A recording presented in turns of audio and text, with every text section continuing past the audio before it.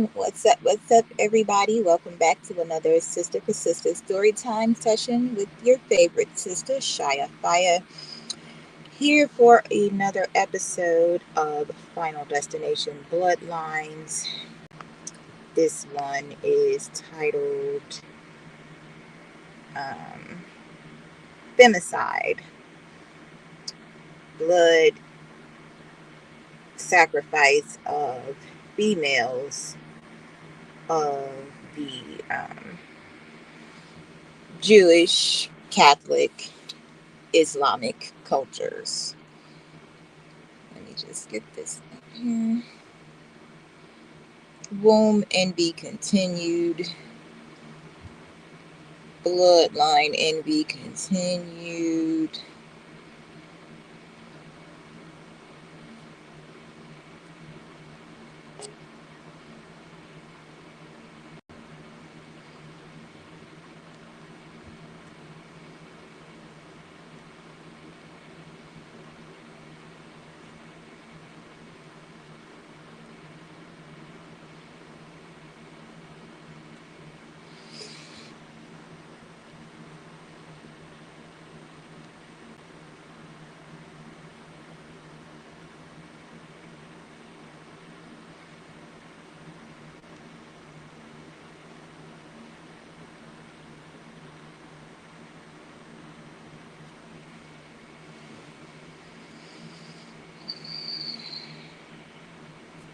All right, so let's get into it.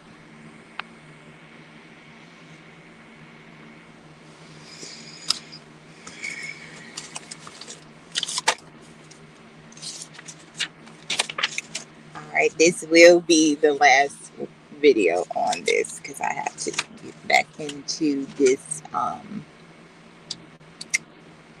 the cursing of Israel before entering the promised land.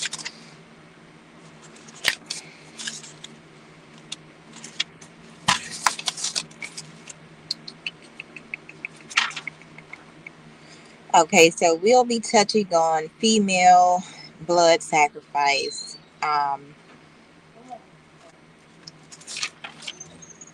heaven's gates, castration, cults. Well, we touched on that yesterday, but it all goes back into the worship of the phallus versus the downplaying of the female reproductive system. So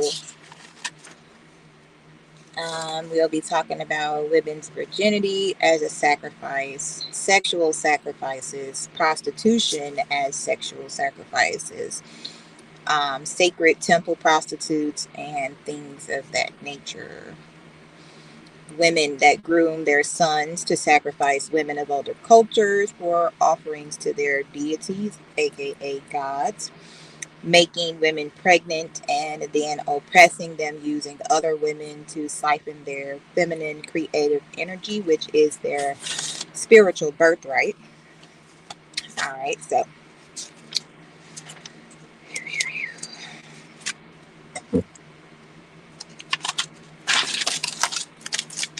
female blood sacrifice, an AI overview, a historical and cultural text. Female blood sacrifice has occurred in various forms across different cultures and throughout history, often intertwined with religious beliefs, social hierarchies, and symbolic meanings. Here are some examples and key points. In ancient societies, archaeological evidence suggests that some ancient societies on Peru's north coast, like the Moche, looks like Moche, engaged in rituals involving the sacrifice of young women, possibly alongside male prisoners of war, according to Archaeology Magazine. And that brings me to an experience that I had with a female in Atlanta who supposedly wanted to make music with me, but when I gave her the song, she kind of just disappeared. She sent me the music and she kind of disappeared. But her thing was Jerusalem. So Jerusalem being in Peru. Okay, so, and then she had like a hissing to her speech, like she kind of talked with this, you know what I'm saying, like a snake. So again, in ancient Greek myths and legends, such as the story of Iphigenia, illustrate instances of women being sacrificed to appease deities or resolve crises, suggesting a symbolic and potentially political dimension to such acts. Ancient Chinese practices, particularly during the Shang dynasty of 1600 through 1046 BC, included the sacrifice of women in addition to men, children, and infants, sometimes for religious purposes and other times for political reasons. Incan Capacocha rituals involved the sacrifice of virgin women and children perceived as pure to prevent natural disasters or bless the reign of rulers. So we are seeing a lot of natural disasters happening, and a lot of people want to blame it on the government and what is it called? Weather modifications, but nobody is really giving the power of God any reverence in this instance. Okay. So Incan Capacocha rituals again involve the sacrifice of virgin women and children, perceived as pure to prevent natural disasters or bless the reign of rulers. Religious interpretations. Some interpretations of human sacrifice generally link it to the desire to win divine favor, gain protection, or ensure the success of endeavors like warfare. Blood itself held symbolic significance in many cultures, representing life, death, and connection to the divine, leading to its ritual use in various contexts. Cultural and social roles. The selection of women for sacrifice in some societies may have reflected their particular social value or vulnerability, as seen in the Greek myths, where women symbolized lineage, honor, and social capital. In some cultures, women were explicitly or explicitly excluded from certain sacrificial roles or religious offices due to their societal position or perceived ritual impurity, according to Cambridge University Press and Assessment. An important note: it is crucial to approach this topic with sensitivity and acknowledge the immense suffering associated with human sacrifice and violence against women. The discussion above aims to provide historical and cultural context without condoning these practices in any way.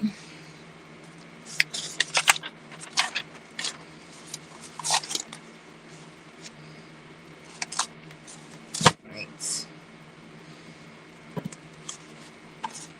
Next 30 seconds. All right, so we're going to check out. Okay, this is another AI overview on women's virginity or sex as a sacrificial ritual. While some historical and cultural contexts have associated women's virginity with ritualistic and or sacrificial practices, it's important to understand the nuances and avoid generalizations. Some ancient cultures practiced sacred prostitution, where a woman's virginity or initial sexual experience might be offered to a deity or during a ritual. In the Bible, this is considered sexual immorality, which I started more than a few years ago. That was the initial theme of Sister for Sisters, was to expound on sexual immorality and what it entailed, which is when I started being attacked by most of these cults. Okay, so additionally, some religious traditions, like the Vestal Virgins in ancient Rome, required a vow of virginity for a specific period, and breaking that vow had severe consequences. However, these practices do not represent universal views on virginity or its role in sacrifice. Modern perspectives on virginity vary widely, with some cultures emphasizing its significance in marriage and purity, while others view it as a personal choice and not tied to religious or ritualistic beliefs. Here's a more detailed breakdown. Sacred prostitution and ritualistic virginity, ancient practices. In some ancient societies, sacred prostitution involved the offering of a woman's virginity or initial sexual experience to a deity or during specific rituals. This was often seen as a way to honor the gods or ensure fertility and prosperity. The Vestal virgins in ancient Rome were priestesses dedicated to the goddess Vesta, required to maintain their virginity for 30 years. Breaking this vow was a serious offense, potentially punishable by death. These women, however, also held positions of power and influence, a rare status for women in that era. Next, we are going to be looking at media portrayal of sex trafficking. Help or Hindrance by Nicole A. Sereno.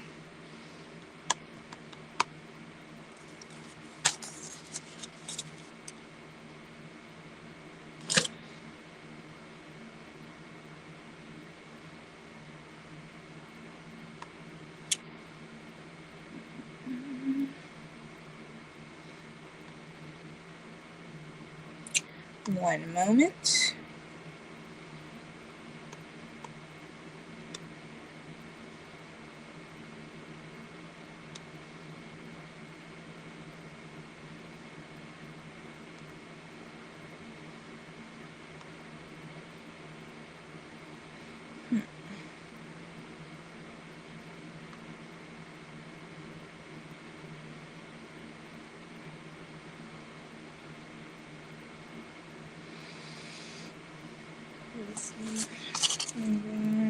istss.org.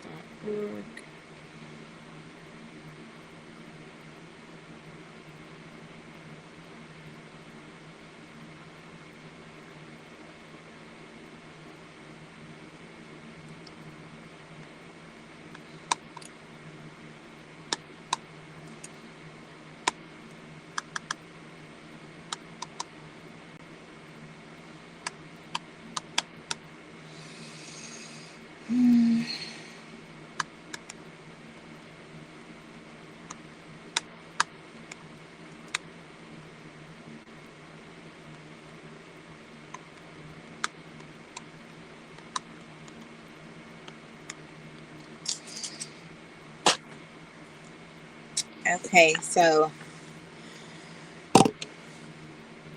recent trends in novels and associated films have included themes of dystopian societies like the Hunger Games, Divergent series, The Maze Runner, often depicting fictional locations. In contrast, The Handmaid's Tale, a recent release on Hulu and a novel written by Margaret Atwood, is set in the United States, following a takeover of the United States government by a totalitarian theonomy called Gilead. The Handmaid's Tale depicts a dystopian society in which the population has decreased due to rampant infertility associated with pollutants. Women have lost all of their rights, including the right to read and write, and are either forced into labor or, if proven fertile, captured and held as handmaids. The sole purpose of the handmaid is to become impregnated, which involves subjection to monthly ceremonies characterized by intercourse with prominent men in the theocracy. The remainder of the handmaid's day is colored with imprisonment, physical violence, and psychological abuse to maintain control and submission over the women. Meant to be a work of fiction, The Handmaid's Tale draws parallels to domestic human trafficking with an emphasis on women in sex trafficking. To the layperson, human trafficking is often characterized by international women who are brought to the U.S. under false pretenses, aka arranged marriage.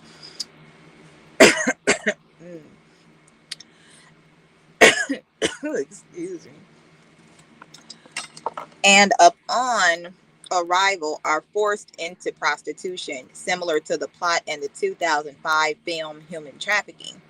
In contrast, the United Nations Office on Drugs and Crime, UNODC, identifies trafficking as a more comprehensive process that is comprised of three components. One, the act of recruiting, transporting, transferring, harboring, or receiving a person. Two, by means of coercion, deception, or abuse of vulnerability. Three, for the purpose of exploitation. Moreover, human trafficking can include domestic servitude and forced labor, sexual exploitation, and child soldiers. Although legislation was passed in the U.S. in 1865 to abolish slavery, human trafficking depicts modern day slavery, denying individuals of their basic human rights and treating them as disposable.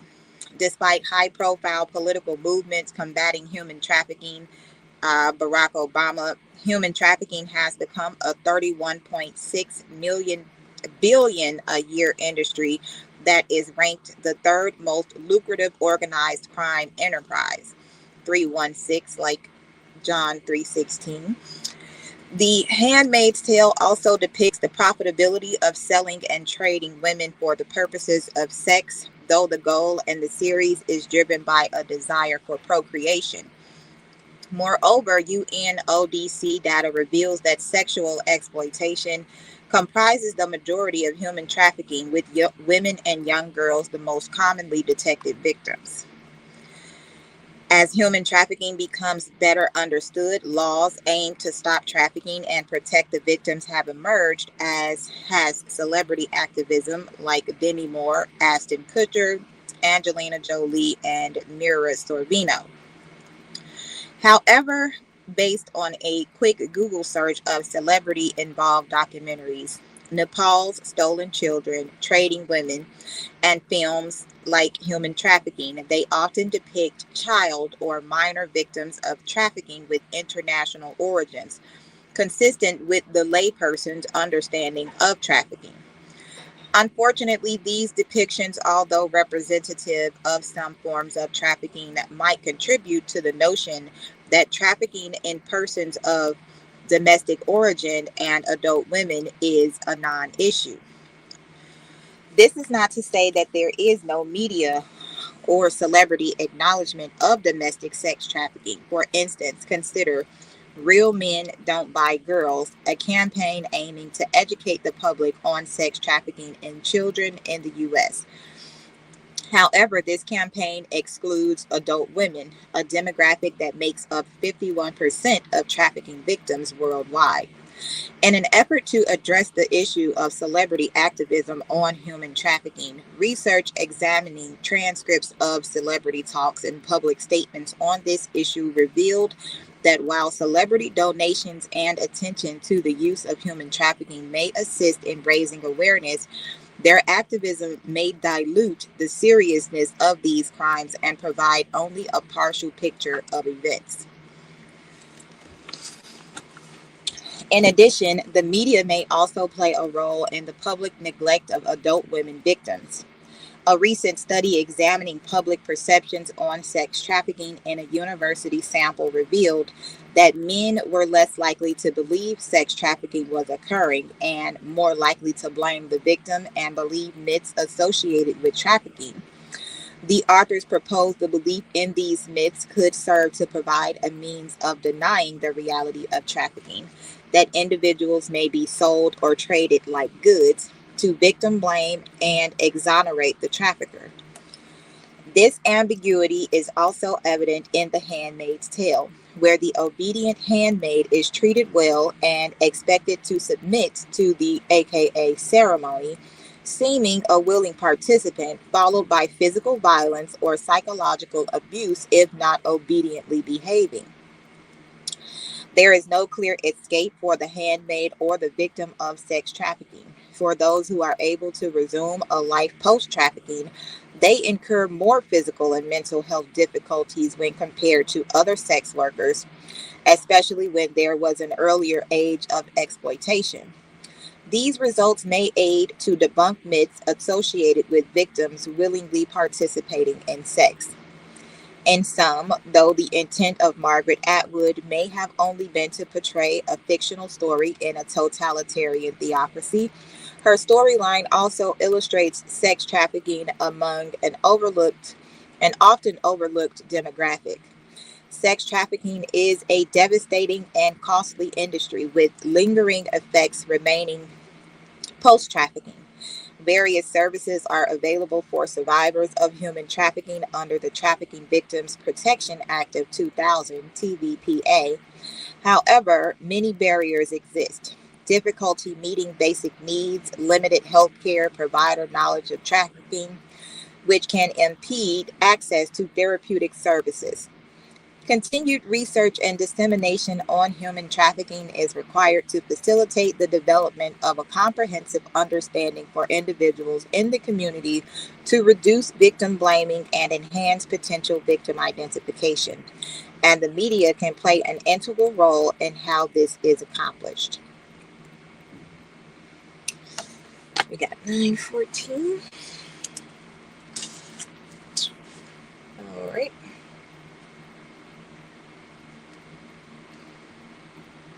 Oh, no, 21 minutes. Okay, so let's see. Next we have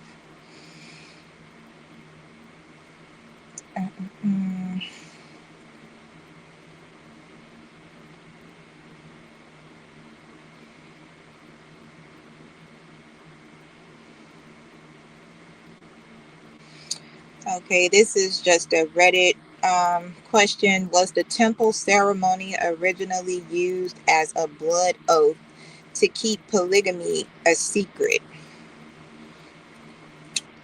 Even as a believing member, I had a hate relationship with the temple. I never bought into the sacred, not secret. Since then, I've heard that originally only polygamists wore garments, took the blood oaths, and did the temple endowment. It seems the temple endowment, copied from the Masons, was originally an attempt to keep the illegal practice hidden. Okay, so this makes me think about Pastor Dow from Tennessee and his current cultic activities that he has going on. He was actually auctioning off young girls, and you could see the disgust in their faces. So let's take a look at the temple endowment.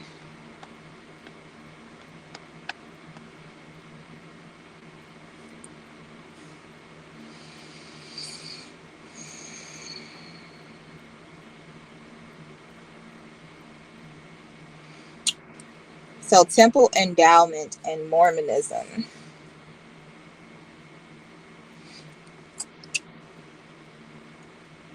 In Mormonism, the endowment is a two-part ordinance or ceremony designed for participants to become kings, queens, priests, and priestesses in the afterlife.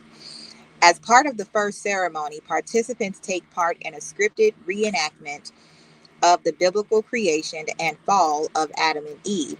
The ceremony includes a symbolic washing and anointing and receipt of a new name, which they are not to reveal to others except at a certain part in the ceremony, and the receipt of the temple garment, which Mormons then are expected to wear under their clothing day and night throughout their life. Participants are taught symbolic gestures and passwords considered necessary to pass by angels guarding the way to heaven, and are instructed not to reveal them to others. As practiced today in the Church of Jesus Christ of Latter-day Saints, or LDS Church, I'll call them the LDs, like learning disorder. The endowment also consists of a series of covenants or promises to God that participants make, such as a covenant of consecration to the LDS Church.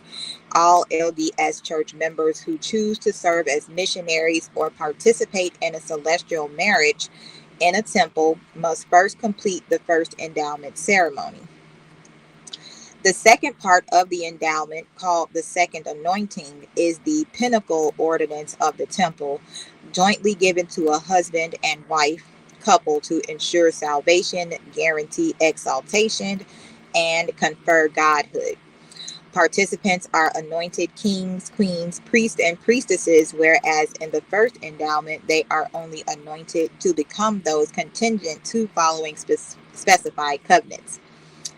The second anointing is only given to a select group, and its existence is not widely known among the general membership.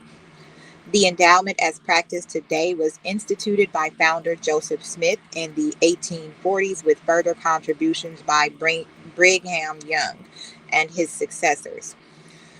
The ceremony is performed in Latter-day Saint temples, which are dedicated specifically for the endowment, and certain other ordinances sacred to Mormons and are open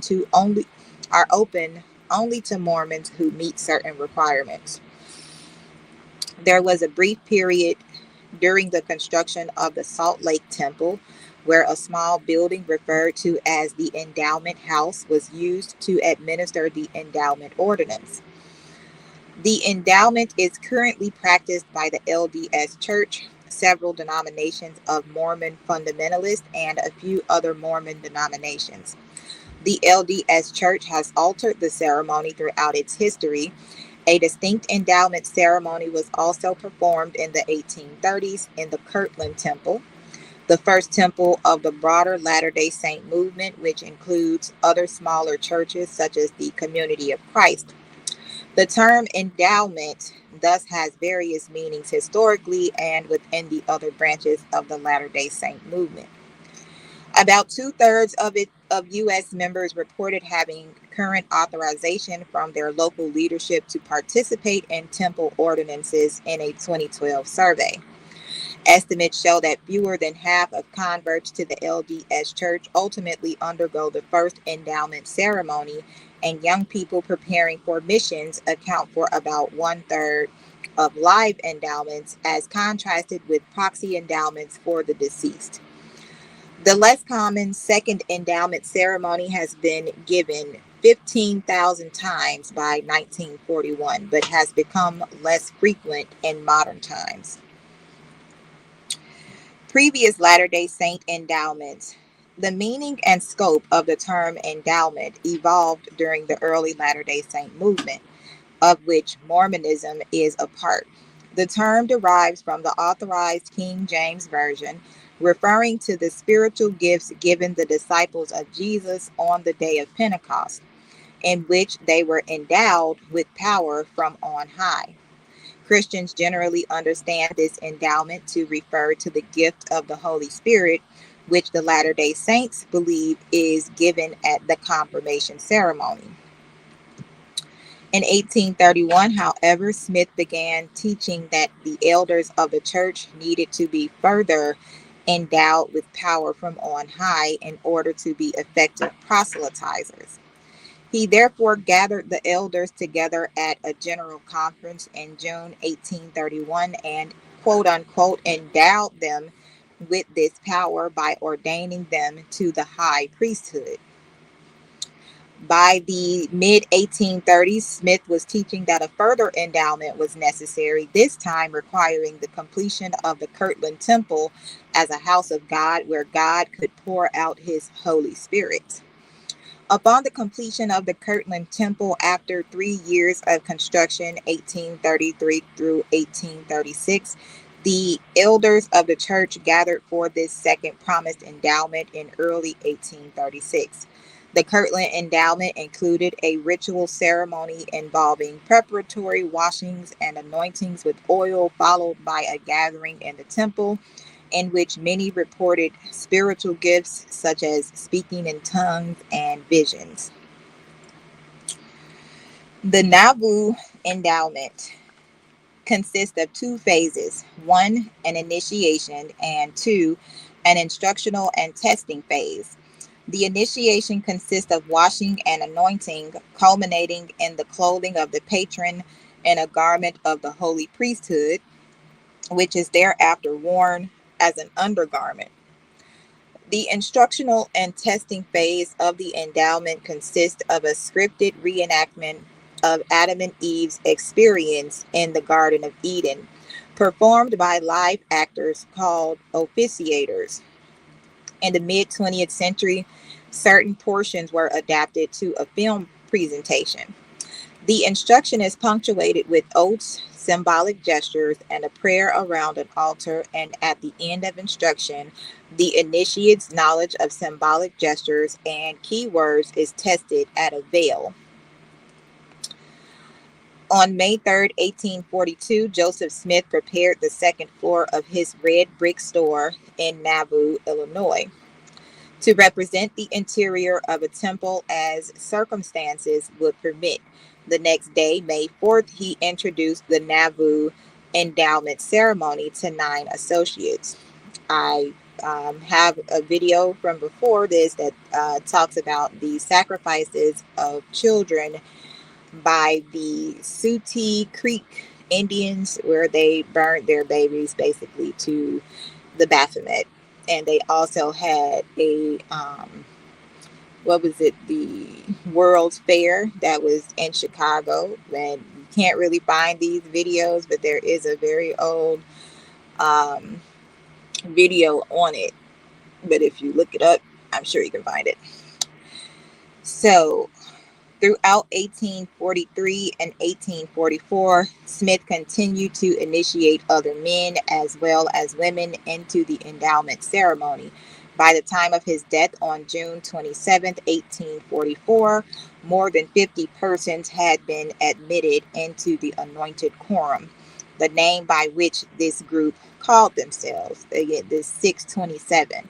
627, we have the 27 Club, in which celebrities are quote unquote to die, and their spirit lives on or whatever. Okay, I was also born at 627. No coincidence. So the Nauvoo endowment and Freemasonry. There are many similarities between Smith's endowment ceremony and certain rituals of Freemasonry, particularly the Royal Arch degree, although there is no evidence that he ever saw the Royal Arch degree or joined a Royal Arch chapter. These specific similarities included instruction in various signs, tokens, and passwords, and the imposition of various forms of the penalties for revealing them. The original wording of the penalties, for example, closely followed the graphic wording of the Masonic penalties. According to the predominant view by historians, Smith used and adapted material from the Masonic rituals in creating the endowment ceremony. All of those first initiated by Smith on May 4th, 1842 were long-standing or recent Masons. James Adams was the Deputy Grand Master of the Masonic Grand Lodge of Illinois. Newell K. Whitney, George Miller, and Heber C. Kimball had previously been lodge masters. Smith's brother, Hiram, had been a Mason since 1827, and the remaining 5 participants, Law, Marks, Young, Richards, and Smith himself, had been initiated as Freemasons just weeks before the meeting. However, none of these Masons ever charged Smith with breaking any of Masonry's oaths or revealing its secrets. In contrast to those that believe Smith simply copied these rituals to advance his own religion, one Mormon historian has noted that these Masonic parallels confirmed to these men the breadth of the Restoration impulse and was evidence of Smith's divine calling. The LDS Church has never commented officially on these similarities, although certain features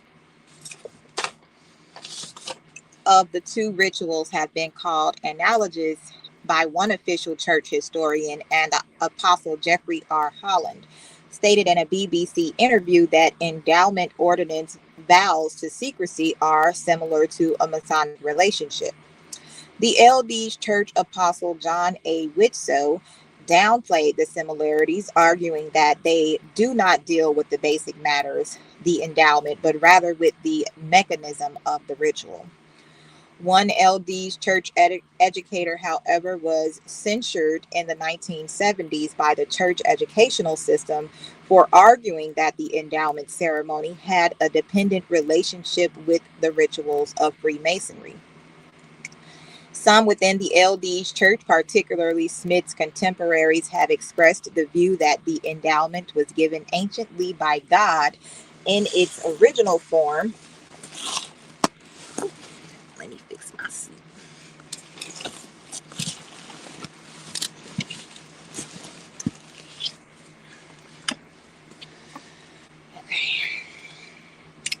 So, anciently by God in its original form at the Temple of Solomon, but that the form of the ritual degenerated into the form used by Freemasons. And if we know the story of Solomon, Solomon built temples for his foreign wives as gods and was thereby destroyed by them.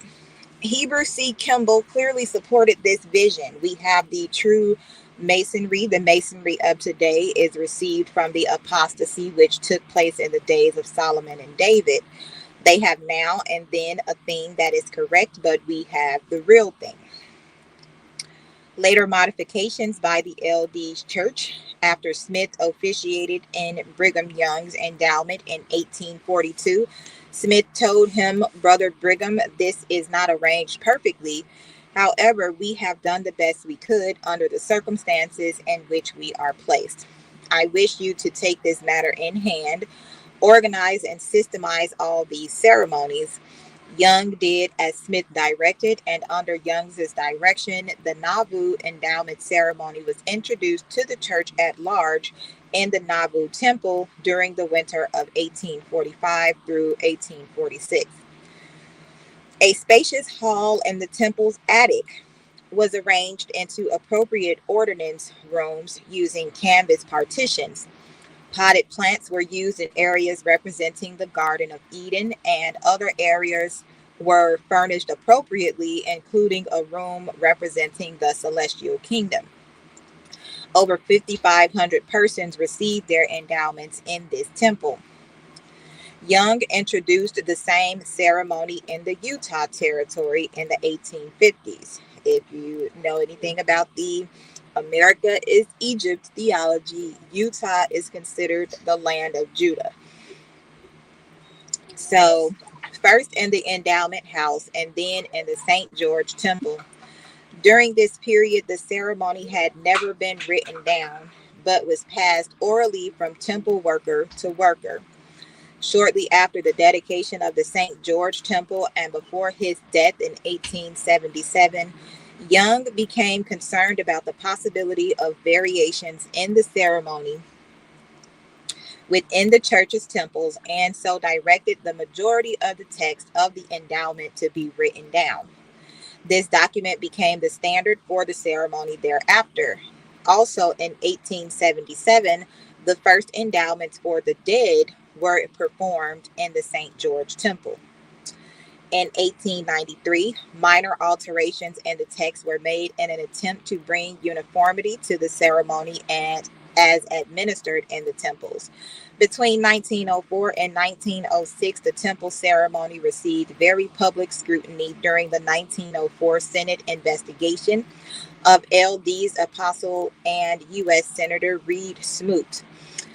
Of particular concern to senators was the ceremony's law of vengeance, in which, during hearings, it was revealed that participants took on oath of vengeance to pray that God would avenge the blood of the prophets on this nation. The prophets were Joseph and Hiram Smith, and this nation was the United States. Beginning in 1919, Church President Heber J. Grant appointed a committee charged with revising the ceremony, which was done under the direction of Apostle George F. Richards from 1921 to 1927.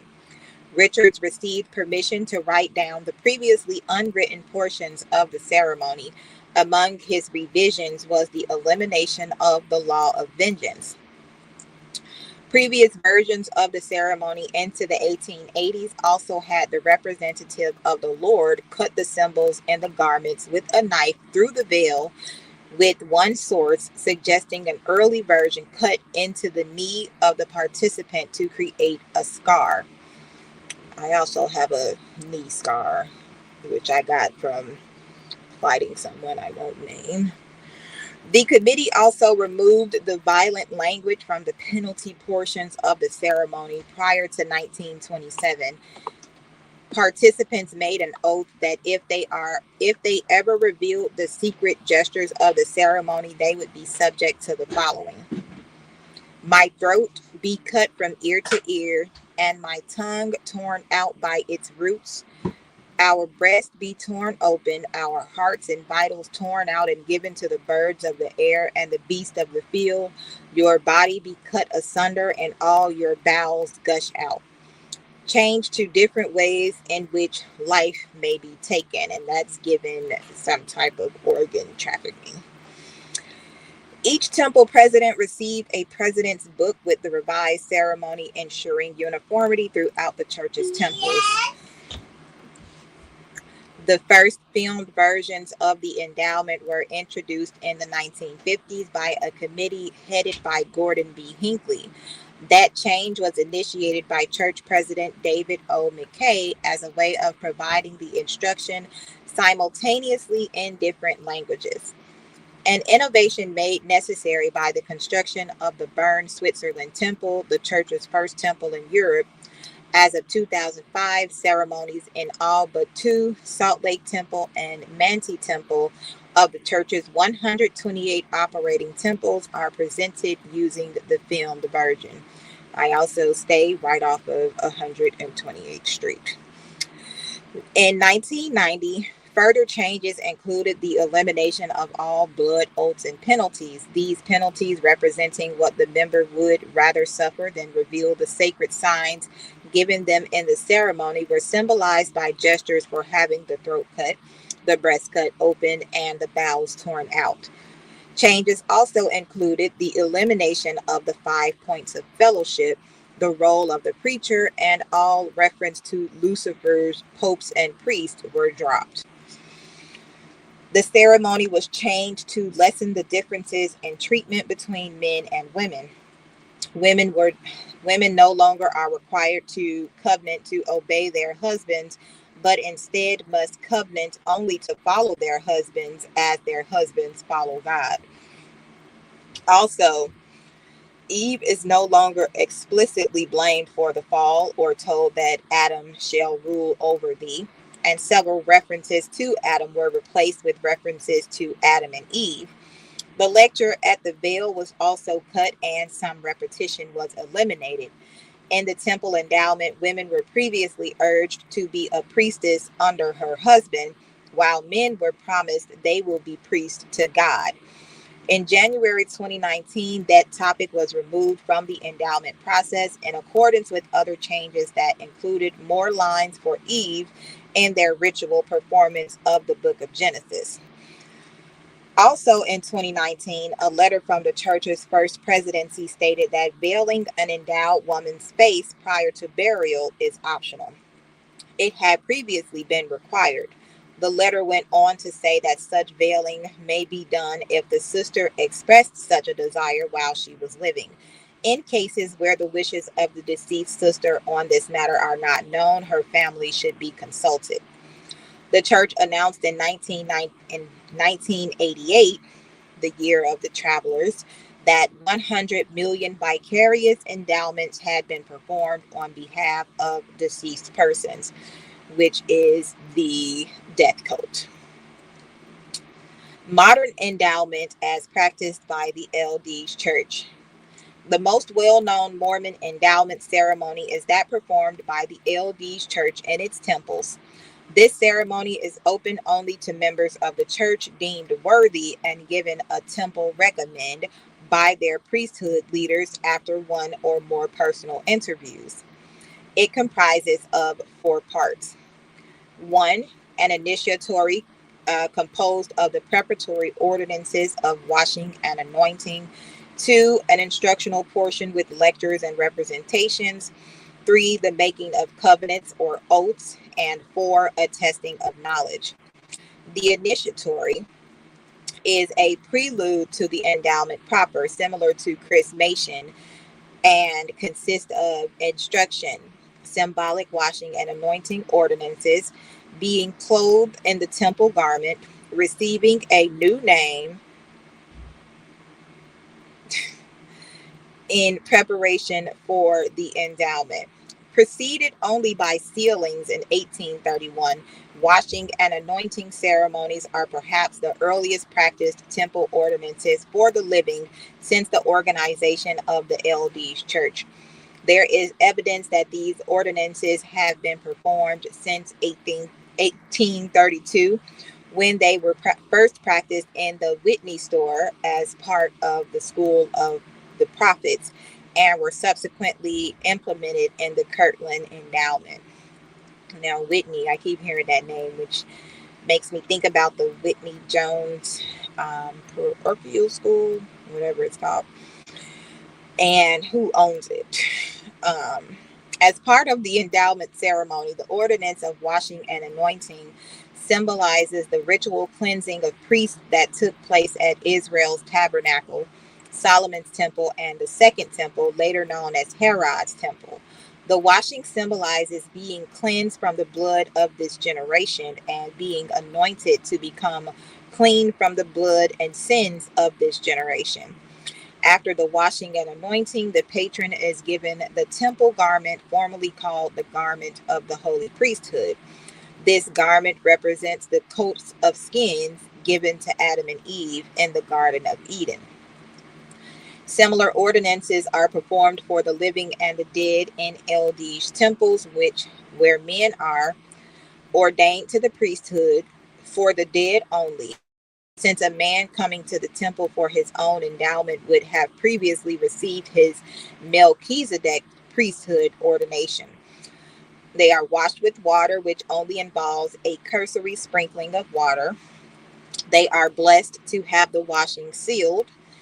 They are anointed with oil, then blessed to have the anointing sealed, then clothed in holy garments. Women receive the same ordinances except for the ordination. As the final part of the initiatory, the patron is given a new name, which is a key word used during the ceremony. In general, this name is only known to the person to whom it is given. However, an endowed LDS woman reveals her name to her endowed husband, but not vice versa. The instructional portion. The endowment focuses on LD's belief in a plan of salvation, and changes to the ceremony in 2023 included more discussion of Jesus. Parts of the doctrine of the plan of salvation explained include the internal nature of God, of Jesus Christ, and their divinity, the premortal existence and eternal nature of mankind lived with God before mortal life, the reality of Satan, who is Jesus's and Adam's rebellious spirit brother, the fall of Adam and the reasons for mortality, trials, and blessings, the atonement of Jesus Christ and the need for the atonement, the relationship of grace, faith, and works, death, the literal resurrection, and qualifying for one of the three kingdoms of glory or outer darkness, the need for personal righteousness, covenant keeping, and love of God and fellow man, that Heavenly Father loves humanity as his children and wants people to become like he is to receive joy, the sanctity and eternal nature of the family. The endowment is often thought of as a series of lectures where Latter-day Saints are taught about the creation of the world, the events in the Garden of Eden, what happened after Adam and Eve were cast out of the garden into the celestial world, and the progression of righteous individuals through terrestrial laws to one of the kingdoms of glory and exaltation. During the ceremony, Latter-day Saints are dressed in temple clothes or temple robes, are taught in ordinance rooms about various gospel laws, including obedience, chastity, sacrifice, and consecration, and make covenants to obey these laws. The early Mormon leader Brigham Young taught that participants are given signs and tokens that enable you to walk back to the presence of the Father, passing the angels who stand as sentinels and gain eternal exaltation.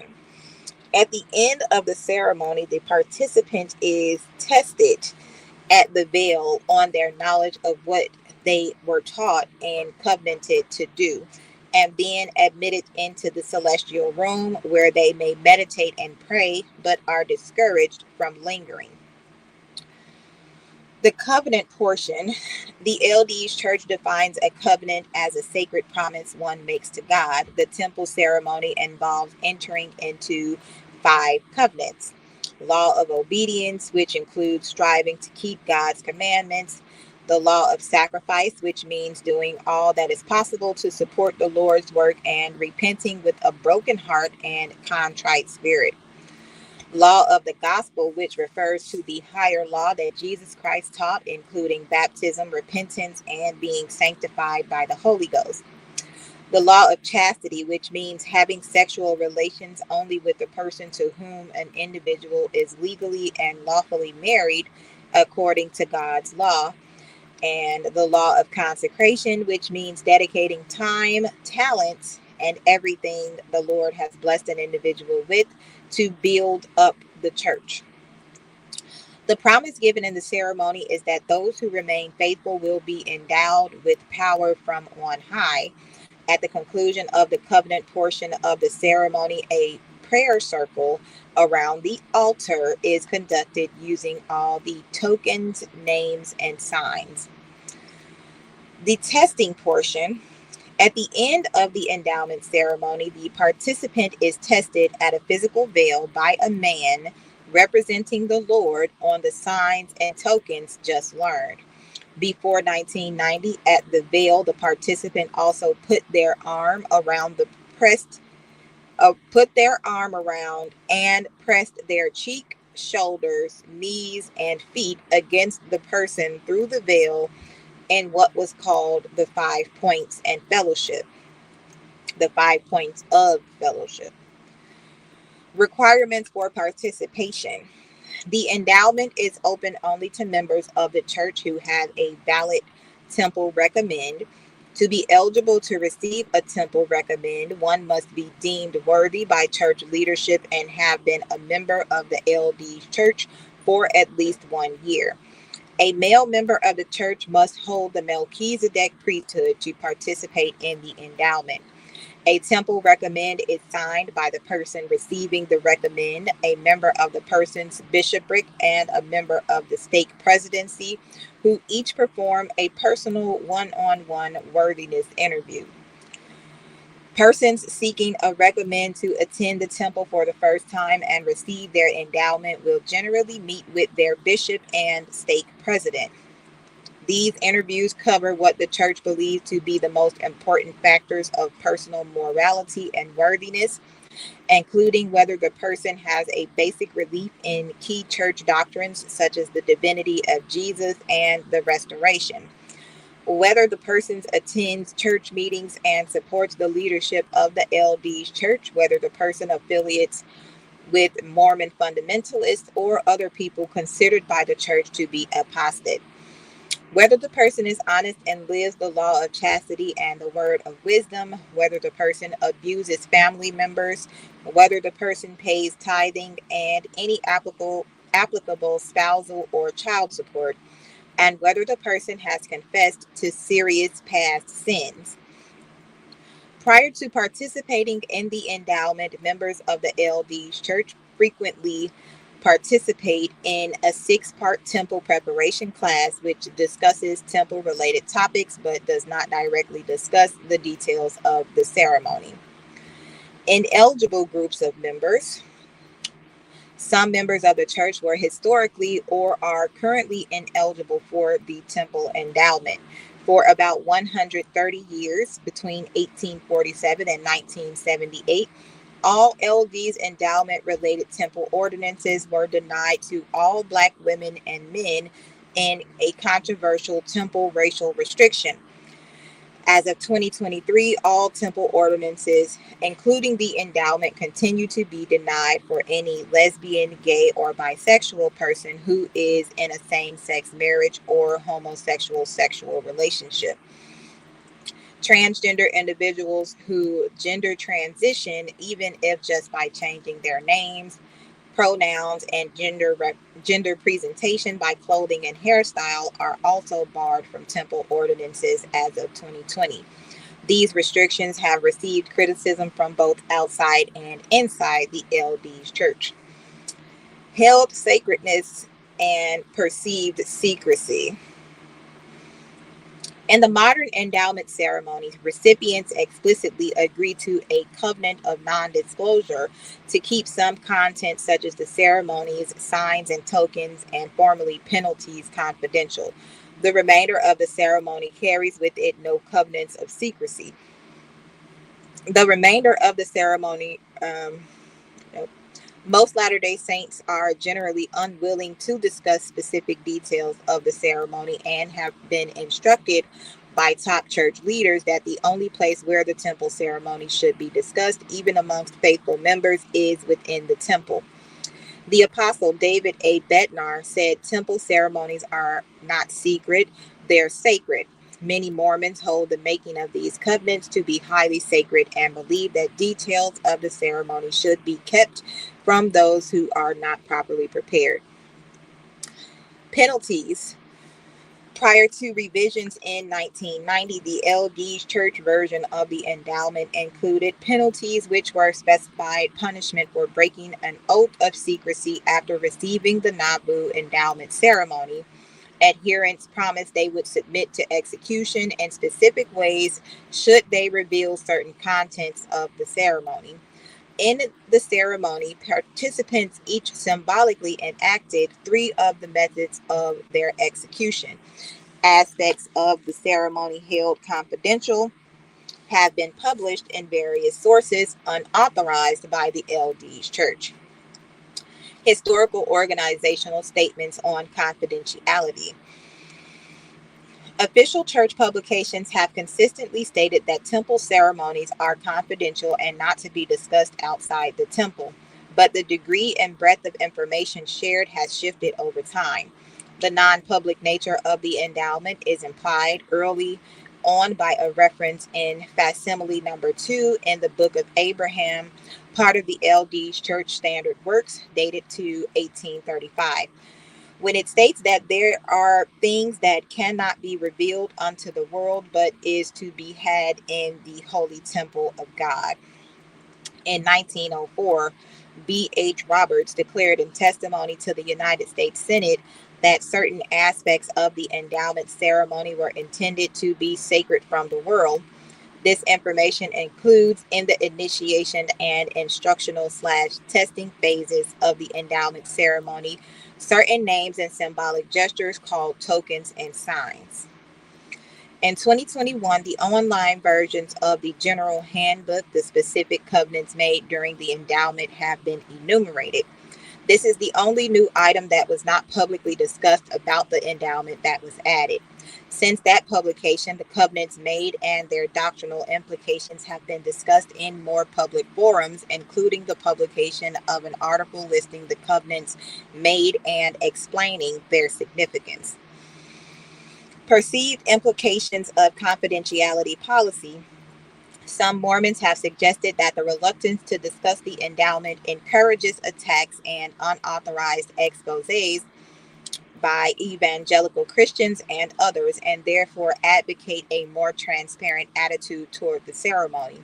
Transparency has increased a little bit since such criticisms were levied. Latter-day Saint scholars' statements comparing modern endowment to ancient practices.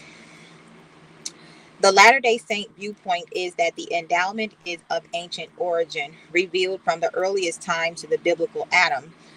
Much research has been done by Latter-day Saints finding parallels between the endowment and ancient traditions. The LDS church temple is referred to as a house of learning since it is a kind of educational environment, teaching by action and educating through ritual.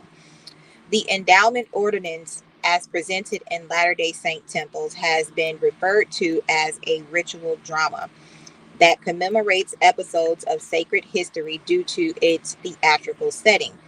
When viewed as a restoration of ancient rites, the ritual drama and aesthetic environment in which the endowment is presented are both rich in Judeo Christian symbolism. Comparative studies of the art, architecture, and rituals found in Mormonism, such as the endowment, reveal parallels to early Catholic and Jewish traditions. The Testament of Levi discusses ceremonies and clothing that LDS scholar Blake Osler relates to the modern LDS endowment. Some scholars have suggested that Jewish temple initiation was later merged with early Christian baptismal initiation sometime after the destruction of the Second Temple. By the 4th century CE, Christian baptism had adopted a much more dramatic and complex set of rituals accompanying it, including washing ceremonies, physical anointing with oil, being signed with a cross on the forehead, and receiving white garments and a new name, all which paralleled the Jewish initiation for priests and kings. Saint Cyril of Jerusalem, in his catechetical lectures, related the anointing with oil at baptism with the anointing of a priest and king in the Old Testament, suggesting that the initiate actually became a priest and king in Christ. The general theme of ascension through multiple gates or veils of heaven is found all throughout early Jewish, Christian, Muslim, and other Near Eastern religious writings, as well as in the Bible. Early works often describe angels and other sentinels, which are set at these points, and several of these state that the ascending individual would be required to give specific signs and names to the sentinels in order to pass through the veil. The descriptions of keywords, signs, and tokens being presented to the sentinels of the veils of heaven are particularly prevalent in Old Gnostic, Christian, and Mandean writings and in Jewish lore. In one of the Nag Hammadi texts, Jesus promises that those who accept him would pass by each of the gates of heaven without fear and would be perfected in the third heaven. The Coptic Book of 1 Jew describes Jesus instructing the apostles in the hand signs, names, and seals that they must use before the guardians of heaven would remove the veils of heaven to allow them passage. In Hekalat Rabbati 17 1 through 20 and 3, an old Jewish esoteric text, the faithful pass through 7 doors in order to enter the presence of God, passing by angels whose names they must give while presenting a seal. Third Enoch also describes the names and seals given to these angels. The Latter-day Saint temple garment is usually identified by Mormon scholars with the sacred linen breeches and the coat of linen that ancient Israelite priests were commanded to wear. According to the Talmud, worn out undergarments and priestly sashes were burned, being used as torch wicks in the temple. The temple garment has been compared to the modern talit katan, a sacred undershirt of Orthodox and ultra-Orthodox Judaism. Both the temple garments in Mormonism and the talit katan are meant to be worn all day under regular clothing as a constant reminder of the covenants, promises, and obligations the wearer is under. Latter-day Saint scholars interpret a biblical scripture in Luke as instructing the apostles to wait for both the pouring out of the Spirit on the day of Pentecost and the endowment ceremony before going out to evangelize. Okay. 4.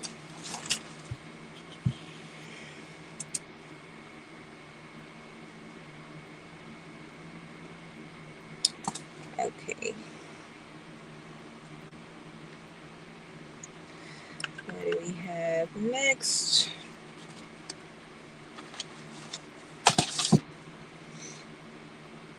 So, if they are enacting rituals of the Bible, aka in the Garden of Eden and the fall of Adam and Eve, what exactly are they doing behind closed doors? The Bible told us to come and see what they do in the dark behind that hole in the wall. All right, so here we go. So the endowment and now the blood atonement. This is a discussion correspondence between Elder Joseph F. Smith Jr. of the Church of Jesus Christ of Latter-day Saints and Mr. Richard G. Evans, the second counselor in the presidency of the reorganized church. Okay, so introduction. The correspondence in this pamphlet was brought about through the willful misrepresentation of the doctrines of the Latter-day Saints and the unwarranted abuse of the authorities of the church by Mr. Richard C. Evans in an interview which appeared in the Toronto, Canada Daily Star of January 28, 1905. A copy of the interview was placed in the hands of the writer who on February 19th, my birthday again, following replied to Mr. Evans in an open letter which was published in the Toronto Star on or about the 25th of the month. This open letter was answered by Mr. Evans in a personal letter, and on the 23rd of May, a rejoinder to his reply was sent to Mr. Evans at his home in London, Ontario, Canada. In all, 4 communications, including the interview, have passed between us, and all of these 4 communications are here reproduced in full. A copy of the open letter, which appeared in the Star, was also sent to Mr. Evans, who acknowledged its receipt. Okay.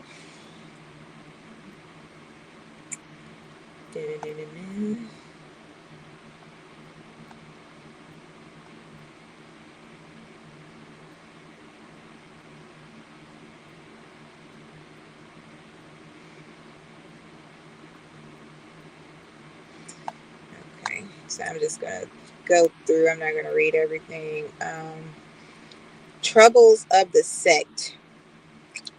My President Joseph Smith, he explained, is the oldest son of Joseph Smith, who, when a boy of 15, was directed to the mound wherein he found the golden plates from which he compiled the Book of Mormon. He organized his church in 1830 when 25 years old, and between 1830 and 1844, his following numbered 200,000. In 1844, he was shot and killed for his anti-slavery sympathies, and with him died his brother Hiram. John Taylor, a Toronto convert of 1838, was wounded but recovered. Joseph Smith's city of Nauvoo, Illinois, was wrecked, and in 1847, a Kanesville, Iowa Brigham Young was elected president, though he still professed to hold the office in trust for the dead president's eldest son, also Joseph, whom the father had consecrated as his successor. Brigham Young reorganized the church, rebaptized every member, including himself, and in 1848 or 1847, he reached Salt Lake City. With him went the widow and children of Hiram Smith, whose son Joseph F. is now president of the Utah Church. The widow of the first president had refused to follow Young, and her boy Joseph was brought up in his father's footsteps, hating polygamy and other impurities. Young Joseph, as he was called, connected himself with the saints who had rejected Brigham Young and was elected their president.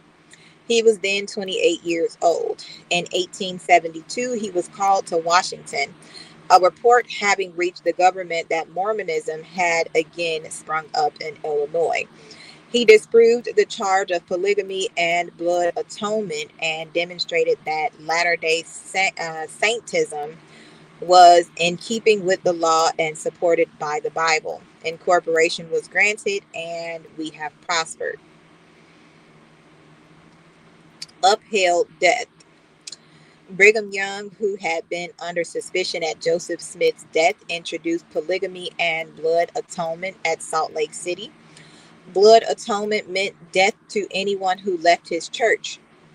Brigham Young's argument was that the apostate whose throat was cut from ear the favorite way saved his soul, but his object was to keep his people under his iron heel. Young was a shrewd, bad man. I spent a day and a half with Joseph F. Smith at Salt Lake City 3 years ago, and he gave me a group photo of himself, his surviving 5 wives, and 36 children. His first wife was dead. She died brokenhearted and insane. Personally, John F. Smith is a genial, kindly man, but he and I differed on polygamy. I told him it was a vile and wicked, always had been and always would be. In appearance, he resembles his cousin, my own president. Mr. Evans is married and has 2 children. The three faces look at you from his watch case. He has recently returned from the Northwest. His faith has several thriving churches there, he says, while the Utah Mormons are settled in one part of Alberta.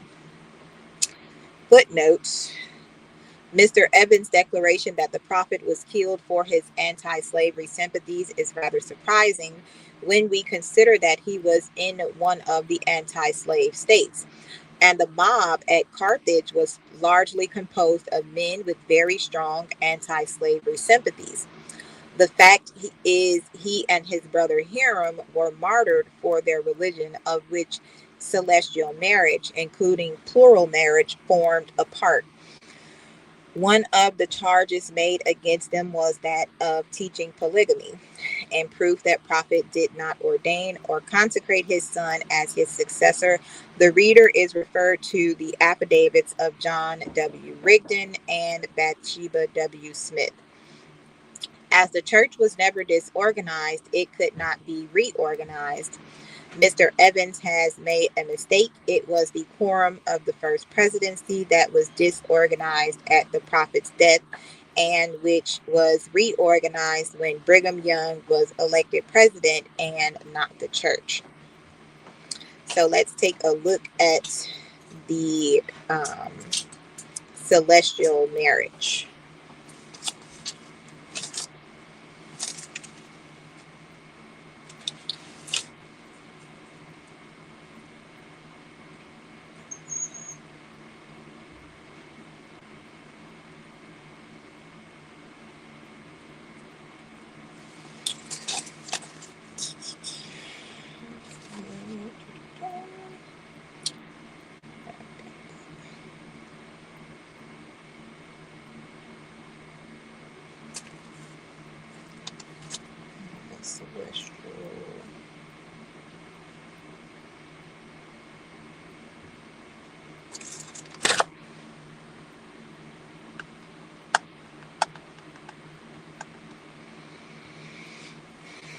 Okay, so celestial marriage, also called the new and everlasting covenant of marriage, eternal marriage, synonymized after 1890, or temple marriage, is a doctrine that marriage can last forever in heaven, that is taught in the Church of Jesus Christ of Latter-day Saints, LDS Church, and branches of Mormon fundamentalism. The LDS Church leaders teach that family relationships can continue beyond death via the sealing ordinance. Today, the church commonly uses the term celestial marriage to refer to a monogamous union sealed in a temple for time and all eternity. However, throughout most of the 19th century, Church leaders consistently taught that celestial marriage was synonymous with polygamy, as described in Doctrine and Covenants, section 132. Is that the school district? The ordinance is associated with a covenant that takes place inside temples by those authorized to hold the sealing power. The only people allowed to enter the temple, be married there, or attend these sealings are those who hold an official temple recommend. Obtaining a temple recommend requires one to abide by LD's church doctrine and be interviewed and considered worthy by their bishop and stake president. A prerequisite to contracting an eternal marriage, in addition to obtaining a temple recommend, involves undergoing the temple endowment, which involves making covenants of obedience and devotion to God. To receive the promised blessings of the sealing covenant, one must fulfill his or her promise to be obedient to all the Lord's commandments, including living a clean, chaste life, abstaining from any impure thing, and being willing to sacrifice and consecrate all that one has for the Lord.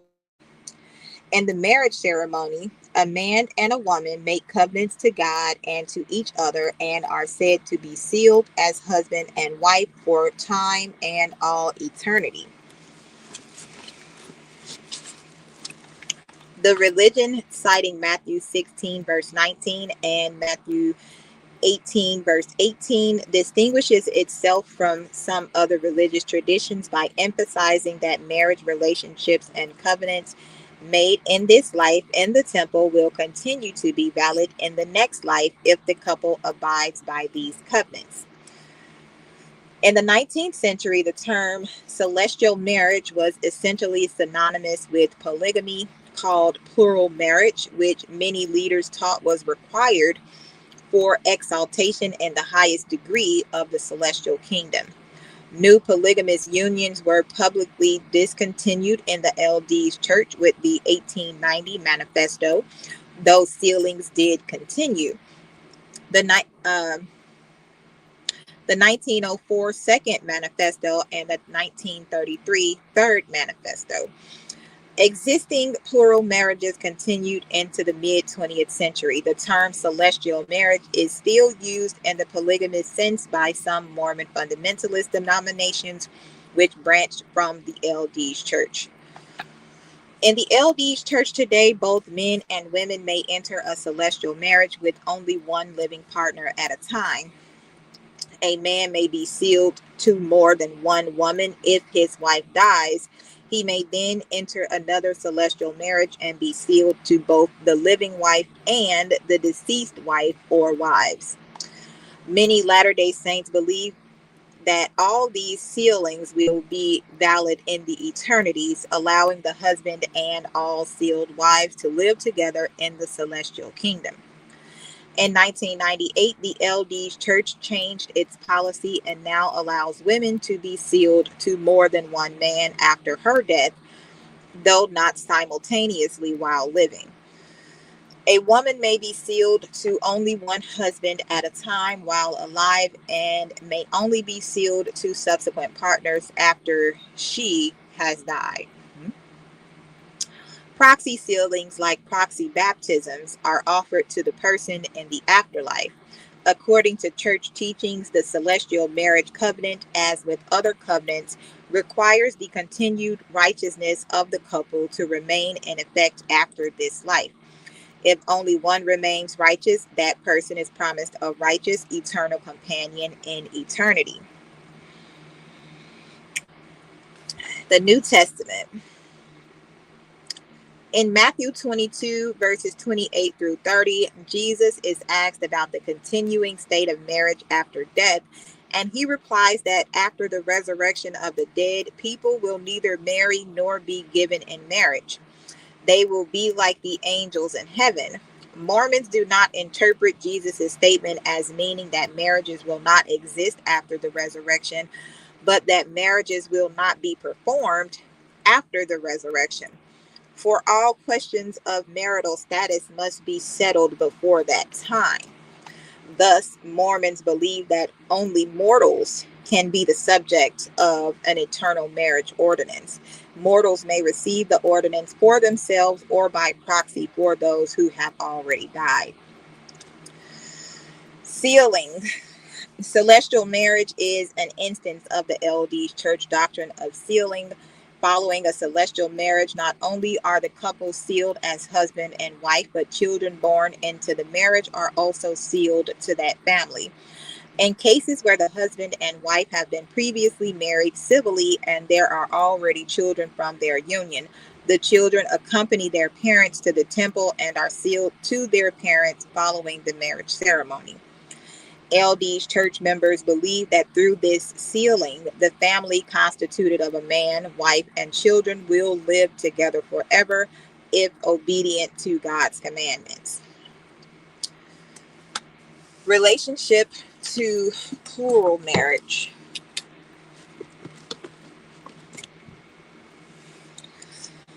During the 19th century, leaders of the Church of Jesus Christ of Latter-day Saints, LDS Church, consistently used the terms celestial marriage, patriarchal marriage, and the new and everlasting covenant of marriage to refer specifically to plural marriage.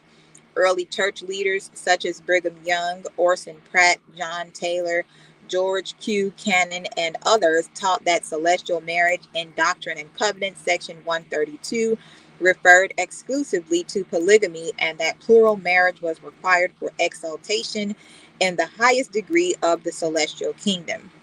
They used this terminology in public sermons, private writings, and official church publications well before 1890. When Doctrine and Covenants 132 was recorded in 1843, the revelation introduced polygamy by referencing biblical figures with multiple wives, like Abraham, David, and Solomon, and used the term new and everlasting covenant to mean plural marriage. The text also admonished believers that rejecting this covenant would result in damnation, while its acceptance was portrayed as essential for full exaltation. Leaders taught that those who did not enter plural marriage in life but were willing to accept it, if God provided the opportunity, could still receive the highest celestial blessings. But they continually equated celestial marriage with plural marriage until the church began renouncing the practice under intense legal pressure from the U.S. government. Beginning with the 1890 manifesto issued by Wilford Woodruff, the LDS Church publicly ended the practice of polygamy and gradually redefined celestial marriage to mean eternal monogamous marriage performed in the temple. In official statements from the early 20th century onward, church leaders declared that celestial marriage included any lawful temple sealing of a husband and wife for eternity, omitting the earlier insistence that multiple wives were essential for the highest exaltation. Doctrinal dispute. Mormon fundamentalists maintain that the 19th century usage of celestial marriage as plural marriage remains the intended and unalterable meaning of D&C 132. They argue that the church's post-manifesto reinterpretation of celestial marriage to mean eternal monogamous marriage departs from the original revelation and practice. By contrast, the LDS Church teaches that while plural marriages of the 19th century were understood to be forms of celestial marriage, the eternal covenant of marriage now refers exclusively to monogamous unions sealed in the temple. Although the LDS Church stands by its post-1890 definitions, multiple historians have documented that early church authorities, including Joseph Smith, Brigham Young, John Taylor, and Orson Pratt, equated celestial marriage solely with plural marriage prior to the manifesto. Thus, the doctrinal shift regarding the meaning of celestial marriage remains a point of contention between Mormon fundamentalists and the modern LDS Church. Swedenborg The Christian theologian Emanuel Swedenborg taught in his 1750s book Heaven and Hell that marriage will exist after death, but not procreation. Presiding bishop of the LDS Church, Edward Hunter, recounted that Joseph Smith told him he believed Swedenborg had a view of the world to come, and LDS historian D. Michael Quinn wrote that Smith was influenced by Swedenborg's teachings. Swedenborg's teachings spawned several Swedenborgian branches of Christianity. Okay. One more thing on maybe 125.11.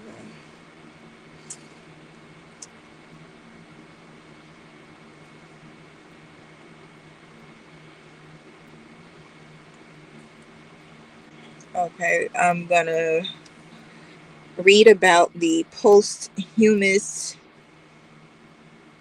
um, marriage by the LDS, and then we'll get on to the ritual blood sacrifice of the ancient Maya.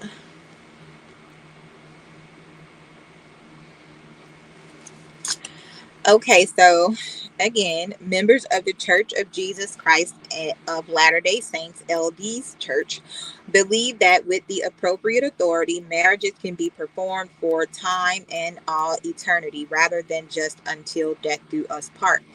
They believe that Jesus gave this authority to the Apostle Peter in Matthew 16, verse 19. Jesus tells Peter, "And I will give thee the keys of the kingdom of heaven. And whatsoever thou shalt bind on earth shall be bound in heaven, and whatsoever thou shalt loose on earth shall be loosed in heaven." Consequently, the practice of marriage for eternity is referred to as a sealing or an eternal marriage. Sealings can be performed posthumously as well as for the living. Posthumous sealings can be performed to eternally wed a living person and a deceased spouse, with a live church member standing as a proxy for the deceased, or more commonly, between two deceased persons with a living man and woman standing in as proxies. In either case, the couple must have been married while alive.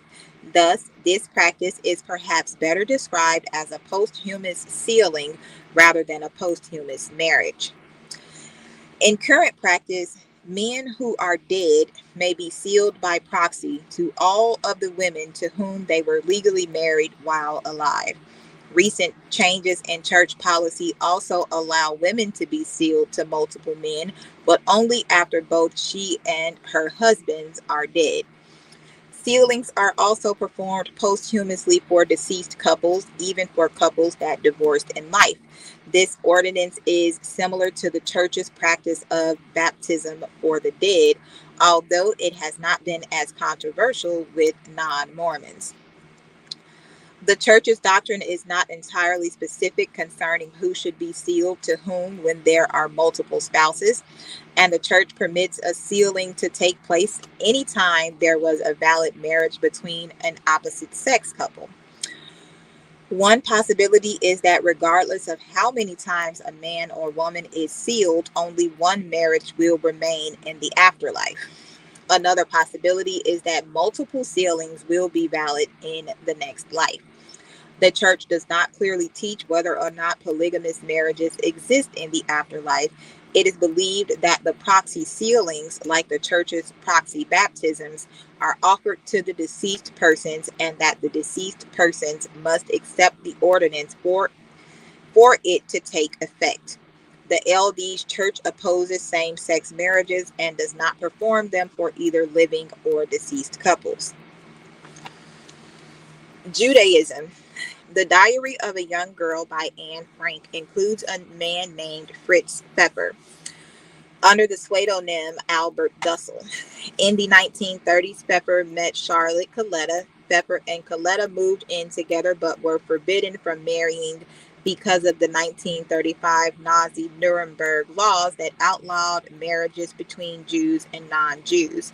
Coletta married Pfeffer posthumously in 1950 with retrospective effect to the 31st of May, 1937. Interesting. What else do we have here? Okay, in the United States, necrogamy is not legally recognized in the United States, although there has been at least one wedding-themed funeral. In 1987, a Venezuelan man died in Florida.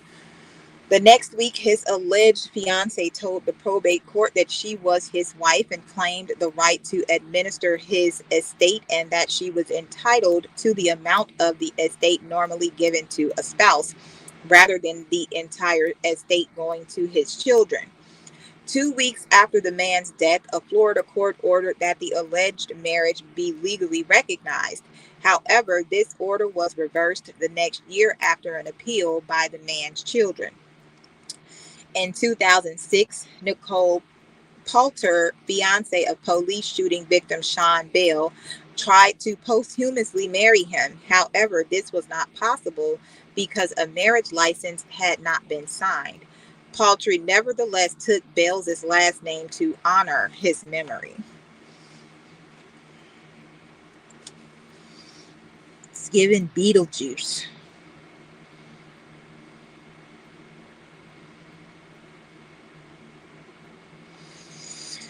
So the definition of a posthumous marriage is also known as necrogamy or a ghost marriage, which is a marriage in which at least one of the participating members is deceased. 10:24 on the clock. Hello, Father.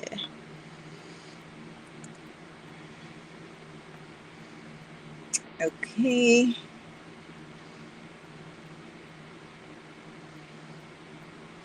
Okay, last one. The Levirate marriage.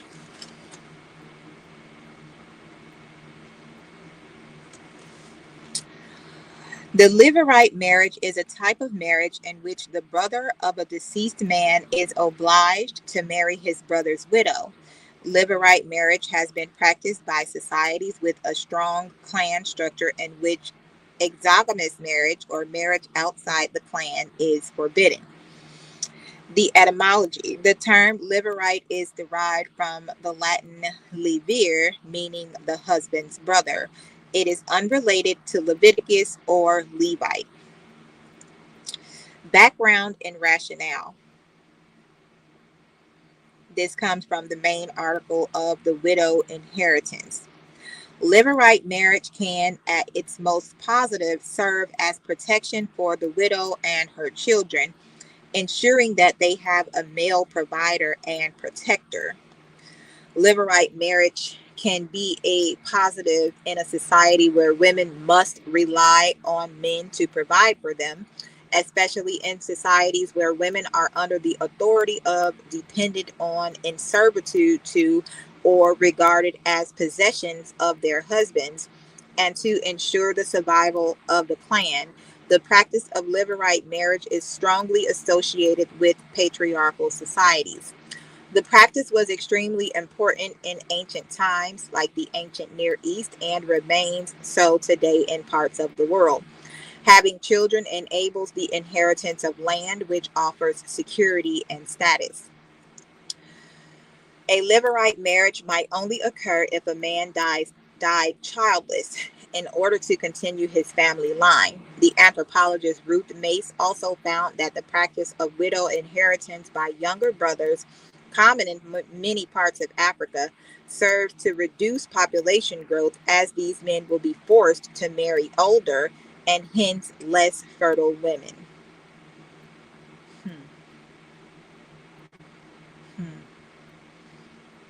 So it's given female pedophilia. In Judaism, in the Hebrew Bible, a form of Levirate marriage called Yibam is mentioned in Deuteronomy chapter 25, verse 5 to 10, under which the brother of a man who dies without children is permitted and encouraged to marry the widow. Either of the parties may refuse to go through with the marriage. but then must go through a ceremony known as halazah, involving a symbolic act of reunification of a Yibam marriage. Sexual relation with one's brother's wife are otherwise forbidden by Leviticus 18 and 20. Jewish custom has seen a gradual decline of Yibam in favor of halazah, to the point where in most contemporary Jewish communities and in Israel, by mandate of the chief rabbinate, Yibam is prohibited. This started already in time of Mishnah, the opinion of Abba Shaul, who said the mitzvah of halitza takes precedence over the mitzvah of levirate marriage, Yavamat 3a. Now, now that they do not have intent for the sake of fulfilling the mitzvah, the sages say the mitzvah of performing halitza takes precedence over the mitzvah of consummating the levirate marriage. The Babylonian Talmud, Yevamot 39b. In Yemen, however, the practice of levirate marriage was observed by the Jewish community there until their immigration to the land of Israel. In 1950, the Rabbinate of Israel, along with the chief Sephardic rabbi, forbade its practice among the Yemenites, citing a need for uniformity against the Jewish groups, and only permitted those who were already married through levirate marriage from the outside country.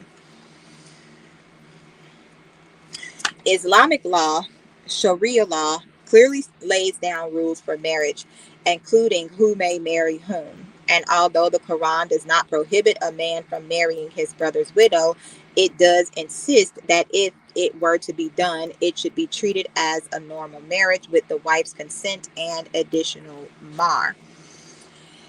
O you who have believed, it is not lawful for you to inherit women by compulsion, and do not make difficulties for them in order to take back part of what you gave them, unless they commit a clear immorality. And live with them in kindness. Or if you dislike them, perhaps you dislike a thing, and Allah makes their end much good. Al-Nisa 4 and 19.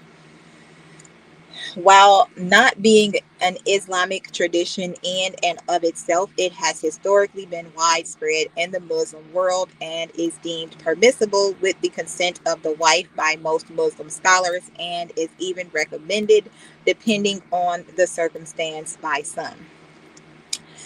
It has recently come under strict scrutiny in some parts of the world, like Afghanistan under the Taliban. Eurasia, Scythia. The levirate custom was revived in Scythia if there were shaky economic conditions in the descendant's family. Kazanov, citing Abramzan, 1968, pages 289 through 290, mentions that during World War II, the levirate was resurrected in Central Asia. In these circumstances, adult sons and brothers of the deceased man held themselves responsible to provide for his dependents. One of them would marry the widow and adopt her children if there were any.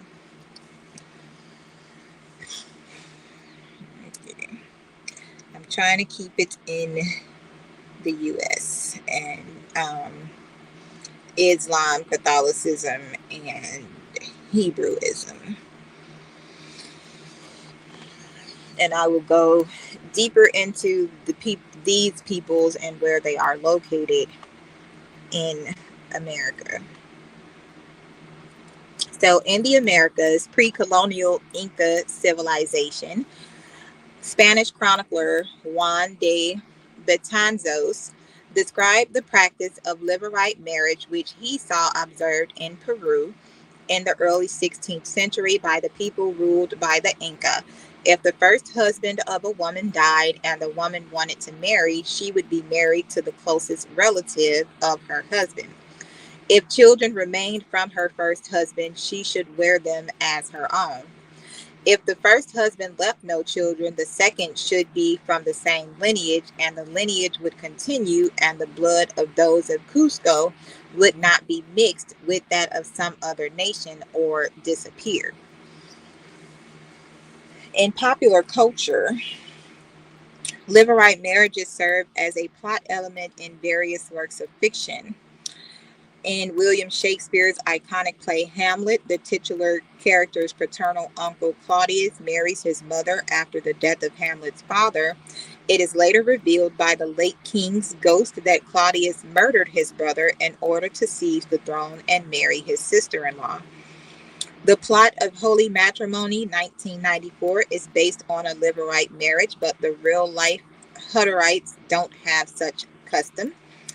In the TV series Deadwood, Seth Bullock is married to his brother's widow. This is a plot point used to mitigate guilt in the adulterous affair between Alma, another widow, and Seth. In the Tamil novel Arupututari,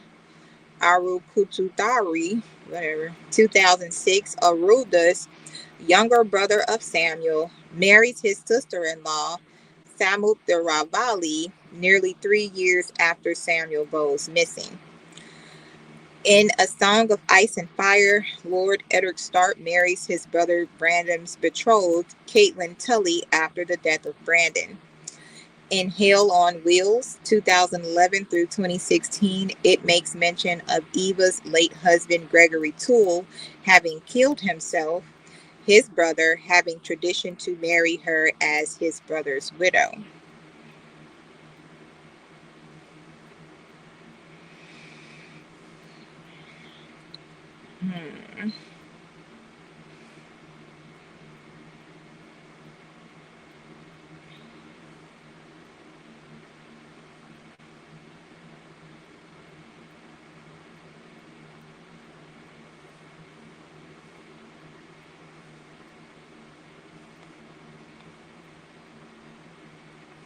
Okay, this is a bunculate among the matrilineal Native American cultures.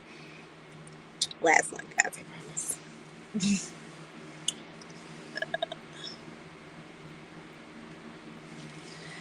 Okay, so the avunculate, sometimes called avunculism or avuncularism, is any social institution where a special relationship between an uncle and his sister's children. This relationship can be formal or informal depending on the society. Early anthropological research focused on the association between the avunculate and matrilineal descent, while later research has expanded to consider the avunculate in general society. The definition, the term avunculate comes from the Latin avunculus, the maternal uncle. Now, we went over um, the deity Kamash, the compared to Moloch, the one who they sacrificed their babies to in the fire. He was called the divine uncle, which was one of the many names. So, the 1989 Oxford English Dictionary defines avunculate as follows: the special relationship existing in some societies between a maternal uncle and his sister's son. Maternal uncles regarded as a collective body. 1920 R.H. Lowey, ethnologist, described under the heading of avunculate the customs regulating in an altogether special way the relations of a nephew to his maternal uncle. The Omaha are patrilineal now, but their having the avunculate proves that they once traced descent through the mother, for on no other hypothesis can such a usage be explained. Avunculocal societies.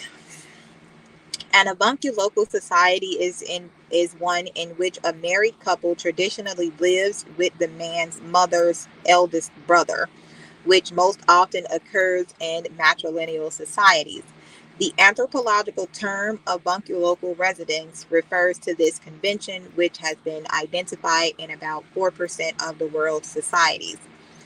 This pattern generally occurs when a man obtains his status, his job role, or his privileges from their nearest elder matrilineal male relative. When a woman's son lives near her brother, he is able to more easily learn how he needs to behave in the matrilineal role he has inherited. Cultures with a formal avunculate. According to the Kazakh common law, the avunculate nephews could take anything from the relatives of the mother up to 3 times. In the Kyrgyz, past a nephew at a feast at his maternal uncle or grandfather could take any horse from their herd or any delicacy. 144 on the timer. In the Southwest United States, the Apache tribe practices a form of this where the uncle is responsible for teaching the children social values and proper behavior, with inheritance and ancestry is reckoned through the mother's family alone. Modern day influences have somewhat but not completely erased this tradition. I talked about the Apache. They were one of the Native American tribes that ate their own people. The Comoros of the Mariana Islands and the Taino of Turks and Caicos Islands are examples of societies that have practiced avuncular residence. Ooh, okay, anthropology research. Research on the avunculate in the early 20th century focused on the association between the avunculate and patrilineal/matrilineal societies. Franz Boas categorized various avunculate arrangements based on the location of residence in 1922. Henry Alexander Juno made the claim that the avunculate in the Sangha indicated that society had previously been matrilineal. Alfred Radcliffe Brown identified the Sangha or Bathanga of Mozambique, the Tongans of the Pacific, and the Nama of Namibia as avunculate societies as early as 1924. He also expanded the concept to incorporate other family relationships. Later research moved beyond the issue of matrilinealism. Claude Levi-Strauss incorporating the avunculate into his atom of kinship, ATOM. Jan M. Bremer argued, based on a survey of the Indo-European peoples, that the avunculate is explained by the principle of education outside the extended family and does not indicate matrilinealism. The avunculate marriage. In historical, not anthropological terminology, an avunculate marriage is the marriage of a man with the daughter of his sister. Pause. 10:40 on the clock. Not explicitly forbidden by the listings in Leviticus 18. In most cultures with avunculate customs, in the sense used by anthropologists, such a marriage would violate incest taboos governing relations between members of the same matrilineal lineage. Judgment Day. Now, whew. Okay. Now we are on to ritual blood sacrifice among the ancient Maya, part 1.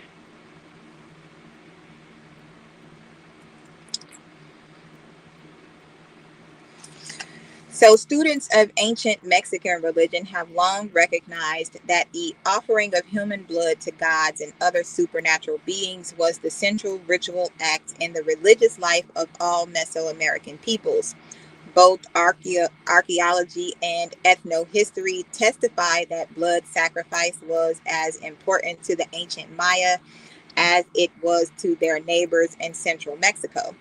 Unfortunately, Mayanists have investigated the subject of blood sacrifice in only piecemeal fashion, and as a result, no comprehensive analysis of this important ritual phenomenon has yet been published. My 3-part study of ceremonial blood drawing is intended to lay the foundation for a more exhaustive report on blood sacrifice among the ancient Maya. In this first essay, we will focus our attention on rituals of self-mutilation and auto sacrifice, and pay particular attention to the Maya practice of drawing sacrificial blood from the male genital organs. I will argue that Maya art contains a significant number of references to this ceremony and other bloodletting rites, and present evidence that an iconographic element which has long puzzled Maya scholars represents the bloodletting implement used in sexual mutilation.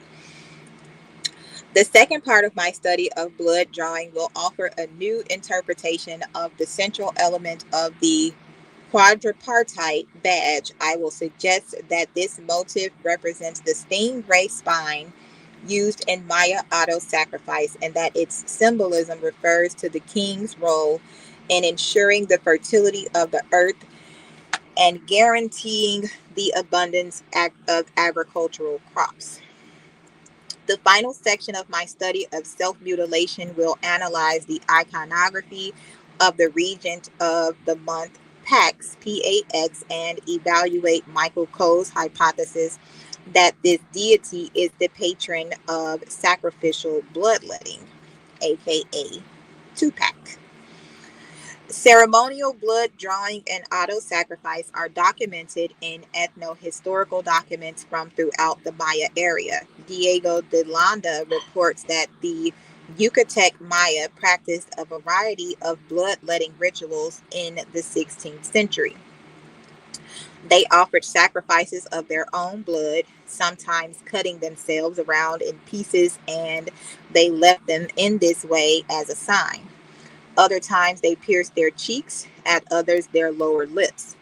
Sometimes they scarify certain parts of their bodies, or scarify, sorry. At others they pierced their tongues in a slanting direction from side to side and passed bits of straw through the holes with horrible suffering. Others slit the superfluous part of the virile member, leaving it as they did their ears.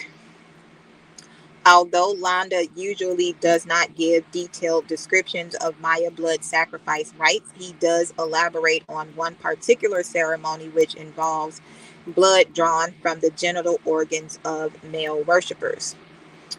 At other times, they performed an obscene and painful sacrifice. Those who were to make it gathered in the temple, whereafter they were placed in a row. Holes were made in the virile member of each one obliquely from side to side, and through the holes which they had thus made, they passed the greatest quantity of thread that they could, and all of them being thus fastened and strung together, what? They anointed the idol with the blood which flowed from all these parts, and he who did this the most was considered the bravest. And their sons from the earliest age began to practice it, and it was a horrible thing to see how inclined they were to this ceremony. So, I haven't read these things. I literally am reading them together. But I have you in the past. But I was having a vision of men in a circle. I kept seeing it. I'm like, what is this? And now it's making all the sense. Okay, so Thomas Lopez Medel confirms Landa's observations on the prevalence of self-sacrifice in 16th century Maya communities. It was very usual for them to sacrifice to the idols that they found on the roads, anointing the face of the idol with blood they drew right there from their ears, piercing them, or from their nostrils or tongue, and even from their private parts, according to what others say, so that anyone who passed by an idol and did not offer him any portion of blood drawn there from his own body was not considered devout or good, in the same way that we do reverence when we come upon any cross or image on any journey, for thus that blind people likewise had their shrines and sanctuaries in the fields and roads. The Maya peoples of Guatemala, like their Yucatan cousins, also engaged in ritual self mutilation. Roman E. Zamora reports that the Guatemalan Indians twice daily offered their gods blood drawn from the ears, nose, tongue, arms, penis, thighs, or legs. Similar bloodletting rites were observed by Father Delgado when he traveled among the Manchi Chol Maya. In Vincent Peck's ranch, I saw the sacrifice. They took a chisel and wooden mallet, placed the one who had to sacrifice himself on a smooth stone slab, took out his penis, and cut it in three parts, 2 finger breadths up, the largest in the center, saying at the same time incantations and words I did not understand. Although other ethno-historical sources make reference to the Maya penchant for self-sacrifice, the passages cited above should make it clear that bloodletting was an important part of Maya religious practice during colonial times. Blood sacrifice and self-mutilation continued to be significant religious acts among certain isolated Maya groups even into the present day. When Alfred Tauzer lived among the Lacandan Maya at the beginning of this century, he observed the Indians performing a cycle of ceremonies around their effigy braceros. According to Tozer, the Lacandans became increasingly intoxicated as the rites proceeded until finally a number of them were moved to offer the gods blood drawn from their bodies. When in a state of intoxication and as an act especially pleasing to the gods, the ear is sometimes pierced with a stone arrow point and the blood allowed to drip down upon the braceros containing idols. The documentary sources thus leave no doubt that the Maya practiced ritual bloodletting during the colonial period and that certain Maya groups continued to perform this type of sacrifice well into the modern era. We must now turn our attention to the archaeological record and review the evidence for ceremonial blood drawing in pre Columbian times. While explicit depictions of sacrificial self mutilation are relatively rare in ancient Maya art, there are enough examples of such scenes to prove that most of the bloodletting rites reported in colonial documents were practiced were being practiced during much earlier times. Pre Columbian representations of auto sacrifice generally show Maya lords and supernaturals in the act of drawing blood from the ears, tongue, or penis. Although Maya artists usually portray only one type of blood drawing ceremony in any one composition, there are several masterpieces of Maya art from the late Classic period which depict two different varieties of auto sacrifice in the same sense. One such piece is a polychrome vase from southern Campeche, or what is that, Petin, now in the pre-Columbian collection at Dumbarton Oaks. Two distinct scenes are represented on this vessel. One depicts a haughty Maya lord seated on a dais and surrounded by 6 attendants and servants. The second portrays a bloodletting ceremony. The auto sacrifice scene involves two personages. The stooped figure at the left has a parrot in his headdress and wears a collar of death eyes around his neck. He is passing a rope or cord through his tongue and depositing the blood-soaked fibers in a large flat dish or basket. The figure at the right, who is surely the same individual seated on the dais, is the palace scene, is dressed in a floor-length flowered cape and an elaborate white headdress. The Lord has perforated his penis with a white awl and is collecting the blood in the large dish at his feet. I know of no other scene in Maya art which portrays a bloodletting ritual with such realism. A second representation of a double self-sacrifice is carved on lintel 17 from structure 21 at Yakshalan. The female personages at the left pulls a cord through her tongue, while the male figure at the right grasps a perforator in his hand, a and prepares to draw blood from his genitals. The man's sacrificial blood will be allowed to drip onto rectangular strips of bark paper. This blood splattered material and the woman's blood soaked cord will be placed in the shallow dish which sits between the figures and will then be presented as an offering to the gods and supernaturals. My granddaughter found a red cord in the park a couple of weeks ago. Other Maya representations of auto sacrifice from the post classic and the late classic periods depict only one type of bloodletting activity in any given composition. On page 95 of the Madrid Codex, 4 deities are shown drawing blood from their earlobes. On page 96 of the same manuscript, God B is pictured passing a cord through his tongue. Lentil 24, structure 23 at Yakshalan portrays a similar scene, although in this case, spines or thorns are woven into the cord which the woman pulls through her tongue. Notice the blood-splattered strips of bark paper in the basket at her feet. Another representation of the drawing of sacrificial blood from the tongue is painted on the walls of room 3 in structure 1 at the Bonham-Pock. Thompson and Proskuriak, the mural depicts 4 figures dressed in white robes and seated on a dais.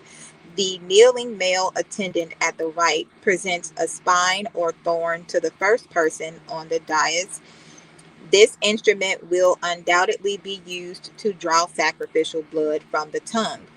The precious fluid will drip onto the bark paper strips, which are stacked in the spiked bowl located directly in front of the first figure.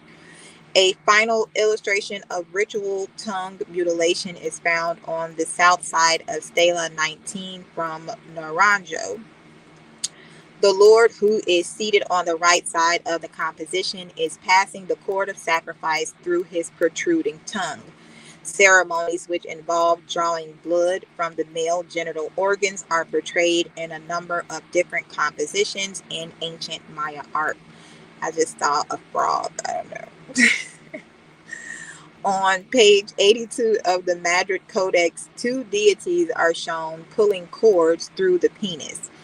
The scene on Madrid 19 depicts 4 different deities tied together by a long cord or rope which winds its way among the figures and passes through the sexual organs of each god in turn. Disgusting.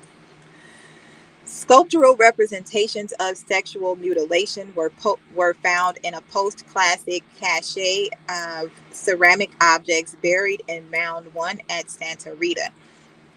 3 seated figurines from the cache portray personages preparing to draw blood from their sexual organs. Each is seated upon a low 4-legged stool and grasped in one hand by its greatly enlarged spatulate glands, the projecting penis, on which he is seemingly performing some sort of surgical operation with a long knife held in the other hand. In the same cache, Thomas Gahn also found a clay effigy phallus with 3 incised lines on the gland's penis. The 3 cuts on the Santa Rita phallus surely correspond to the 3 gashes made in the penis of the Manche Chol, whose ritual mutilation Father Delgado witnessed and reported. Finally, a late classic polychrome base from the Huehuetenango depicts 6 gods drawing sacrificial blood from their genitals. The 6 deities are divided into 2 separate groups by vertical glyph blocks. The left-handed gods sit on their haunches and grasp the blood letter in the left hand. We know the left hand path. The Benjamites were also said to be left handed, who took women even though they were LGBT. Um, the left handed gods sit on their haunches and grasp the blood letter in the left hand. The three right handed deities hold the perforator in the right hand and the penis in the other hand. The right handed divinities crouch over wide, shallow dishes which contain the now familiar bark paper strips used to absorb sacrificial blood. We will consider the iconography of this vase in greater detail in just a moment, for its symbolism is central to the argument which I am about to present. The pre-Columbian works of art discussed above provide clear and convincing proof that the ancient Maya were practicing various bloodletting rituals long before the Spaniards colonized the New World. As we have seen, these ceremonies mainly involved drawing blood from ears, tongue, and penis. If the self-sacrificial rites observed in the Maya area by Spanish priests and officials are the survivals of a pre-Hispanic ritual pattern, then the Maya tradition of ceremonial bloodletting and ritual mutilation must be at least 1,000 years old. Having established the nature and antiquity of ritual, bloodletting, and auto-sacrifice among the ancient Maya, we may now proceed to discuss the iconography of the bloodletting instrument itself. In this regard, we are not so interested in the simple thorn or bone blood letters as in the elaborate blood drawing implements used in rites of sexual mutilation. If we look more closely at the design painted on the upper register of the Huehuetenango vase, we can isolate a number of iconographic elements which characterize the instrument used to draw sacrificial blood from the penis. Although the central part of the perforator is obscured in every case by the hand of the figure who holds it, we can easily see that the implement consists primarily of a long pointed dagger used to pierce the skin. The upper part of the blood letter's handle is composed of 3 horizontal bands with circular motifs affixed to the ends. Attached to the top of this banded handle is a 3-pronged element with feather plumes appended to it. 2 examples of the upper register blood letters are illustrated in the figures. Painted on the lower portion of the Huehuetenango vase are profile representations of long-lipped deity heads. Eric Thompson has argued that all 4 heads represent his long-nosed divinity. Now, I will be going over the characteristics of God and the goddesses, okay, as it pertains to the mark of the beast or of beastly people that look like pigs, monkeys, horses, dogs, whatever you want to call it. Okay, so in certain Jewish scripts, they also describe God as being long-nosed, like a nose of a lion. Okay.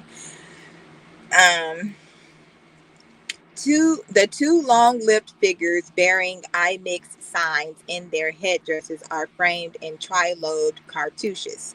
These images probably symbolize the same deity. However, the 2 other godheads, which are pictured in horizontal position, represent a different creature altogether.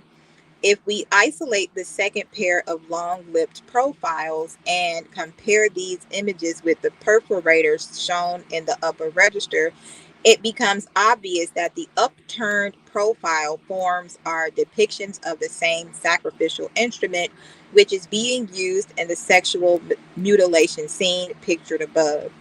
And I don't like people with long top lips. It annoys me. The Maya apparently deified the blood letter itself. Since the Huehuetenango vase portrays the ritual blood letter in all its symbolic complexity, We can now enumerate the iconographic attributes which identify the implement used in sexual sex sacrifice. A long-lipped deity head forms the handle of the instrument. The god has large, squarish eyes and a small nose. Its upper lip is elongated and downturned at the nose. The lower jaw is entirely absent. The creature's headdress consists of horizontal bands which wrap around the head and end in circular knots. The knots are arranged in a vertical row which is set in the middle of the deity's forehead. Long feather plumes are affixed to the headdress with three pronged elements. The quill-like blade, which actually draws the blood from the genital organs, is attached to the effigy handle. A number of works of art from the late classic period depict iconographic forms which are virtually identical to the blood letters painted on the Huehuetenango vase. A polychrome ceramic dish from the Chama region shows a Maya personage seated on a Kawak glyph and holding a perforator in his left hand. The implement is pointed at the figure's genitals. The sacrificial dagger has essentially the same iconographic characteristics as the Huehuetenango blood letters. Note, however, the bow tie shaped nostril plug which decorates the long-lipped god's nose. The dagger blade itself is of considerable interest, for its edges are serrated and it has a double scroll convention at its base. Another depiction of the deified perforator appears on a beautiful polychrome vase from Altar de Sacrificios. One of the figures painted on the vessel is performing a graceful dance. He is dressed in jaguar skin pants and gloves and a jaguar headdress. Around his waist, he wears a beaded belt from which a sacrificial blood letter dangles. The instrument's effigy handle has the usual iconographic attributes of the deified dagger. Notice that the blood letter is directed at the dancer's loins and that the figure's pubic area is decorated with red spots, which surely symbolize blood. Monumental representations of the deified perforator are portrayed in late classic stone carvings from several major ceremonial centers in the Usumacinta area. On lintels 13 and 14 from structure 21 at Yaxchilan, Bird Jaguar and his companion both carry sacrificial daggers of the type which we have been discussing.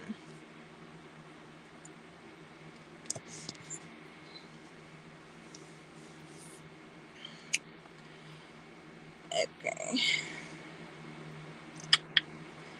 Of the 6 lintels from Yaxchilan which portray blood drawing ceremonies, only these 2 picture the deified instrument of sexual self-sacrifice.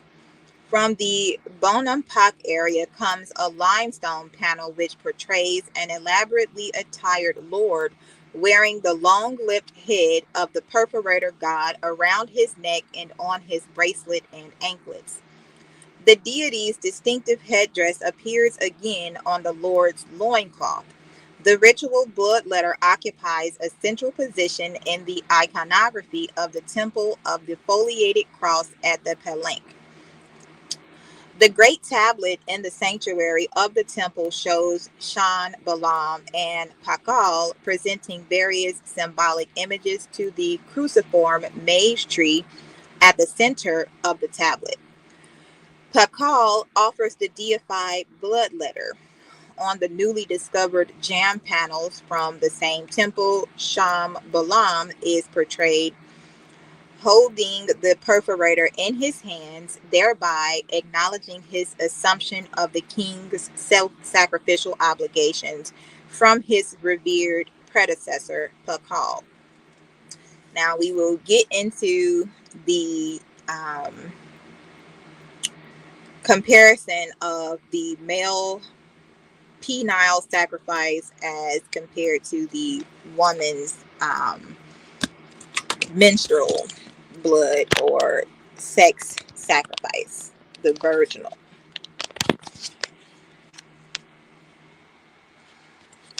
virginal sacrifice.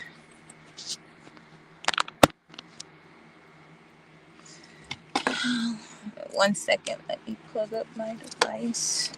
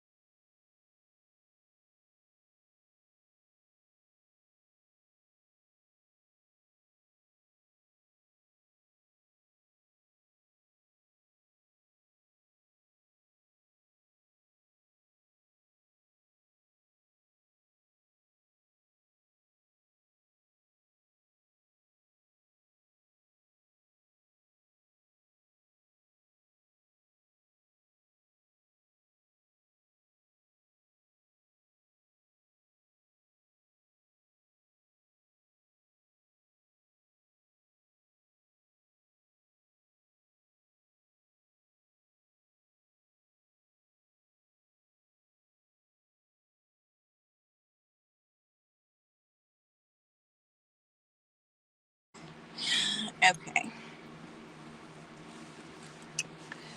So, wherever the instrument of sexual mutilation is presented in the temple of the foliated cross, it exhibits the same iconographic attributes which identify the blood letters on the Huhu base. The palanque perforators all have effigy handles carved in the image of a long-lipped deity head. The creature wears the banded headdress with knots and feather plumes, which distinguishes the god of the bloodletter from all other long-lipped deities.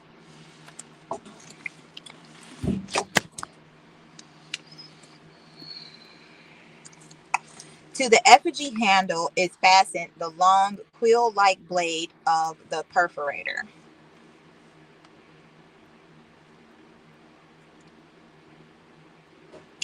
Although there are many other representations of the deified bloodletter in Maya art, let us bring our discussion of the perforator's iconography to a close with three last examples of the god's image from Chopin's late classic stele. The deified sacrificial instrument decorates the loincloth of the central figure of Stela D. The image is inverted, but careful study reveals that the form has all the necessary identifying features of the god of the blood letter. This representation is particularly important because it shows how the Maya portrayed the deified dagger in Facet. Similar images appear on the rectangular ornaments which dangle from the waistbands of the central figures on stela A and B. A diagram illustrating 17 representations of the deified bloodletter from classic Maya works of art is given in figure 24. Although someday it may be possible to determine the true significance of bloodletting in ancient Maya, religious belief for the moment, we must be content to speculate about the symbolic meaning of sacrificial blood in the most general terms. It is virtually certain that blood drawn from the sexual organs was more sacred and potent than blood drawn from any other part of the body, hence the comparison to menstrual blood. The Maya must have believed that the precious fluid bled from the genitals in rites of self sacrifice had extraordinary fertilizing powers. A passage in the Central Mexican Codex Borgia, which is strikingly similar to the scene carved on the tablet of the foliated cross at Palenque, suggests that rituals of sexual mutilation were performed to ensure the regeneration of the natural world in general and cultivated plants in particular.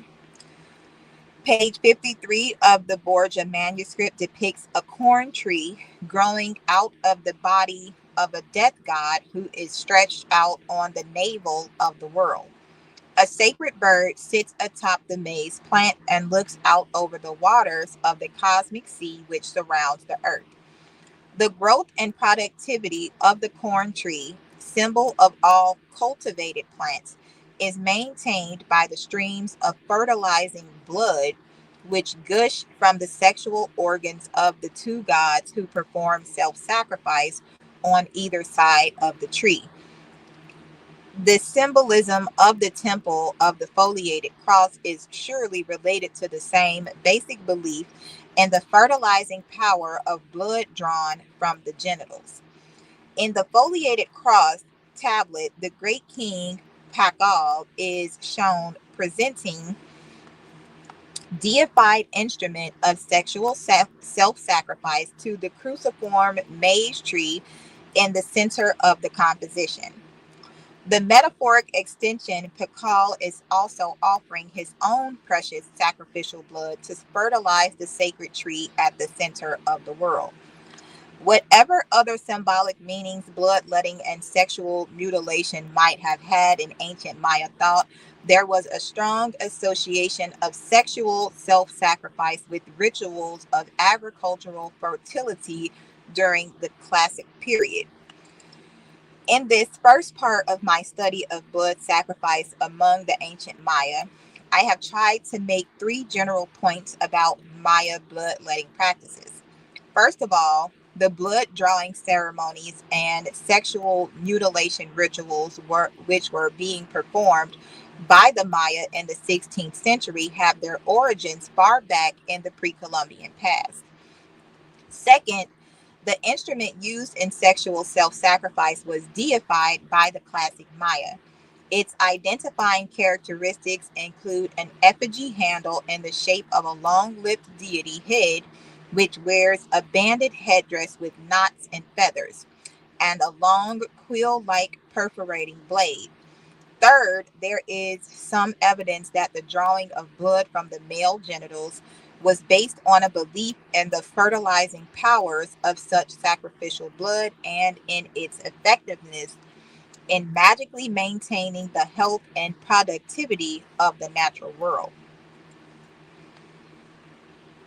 And just a note, Dirk, as in Lil Durk, the rapper, his name means little dagger. Okay, is that it for that one? All right. On to the next.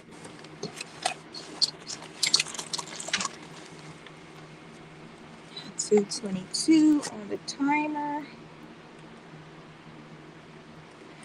Now we have the religious dedication of women.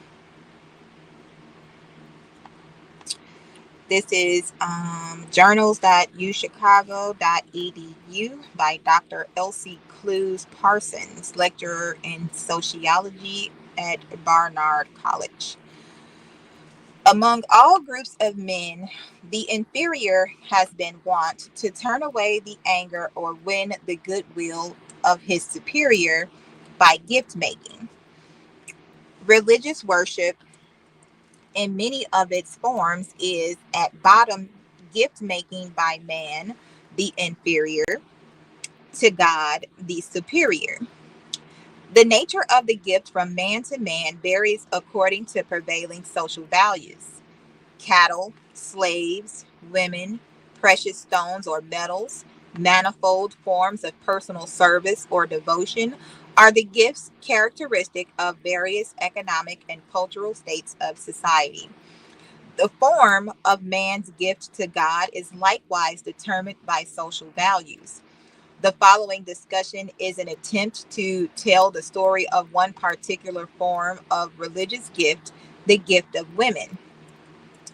In almost all primitive groups, women are valued as a form of property which their owners, husbands, fathers, or brothers may dispose of at pleasure. Ordinarily, they are disposed of by male relatives in marriage by barter, purchase, or service, or by husbands in conjugal servitude in wife exchange, or in sexual hospitality. Occasionally, they serve as gifts to chiefs or gods. The occasion sometimes requires the immolation of the gift. Peter de Caesar relates of the Kulasingas of New Granada that neighboring chiefs sent one, two, or three women to be buried alive with a deceased chief that he might go to the devil with company. There is a Chinese story that a man once entered two of his daughters with his deceased sovereign as a mark of gratitude for his having, on a certain occasion, shown clemency to his father. We may note in this connection that the practice of widow immolation has prevailed more or less among all ancestor worshiping peoples as a means of providing the deceased husband with conjugal service after death. In gifts of women to gods, the occasion is also at times one of blood sacrifice. The blood sacrifice of human beings is generally supposed to point to original cannibal practices by the sacrificers. The fact that in the blood sacrifice of women to gods, the women are not infrequently virgins suggests that they are sometimes destined for the sexual service of instead of for food for the propitiated god. Whatever may be the explanation of the blood sacrifice of virgins however, the dedication to the use of gods of living women during their whole lifetime or for limited periods, a practice customary among many peoples, is based on the idea of the existence of sexual relations between the dedicated women and the god to whom they are given.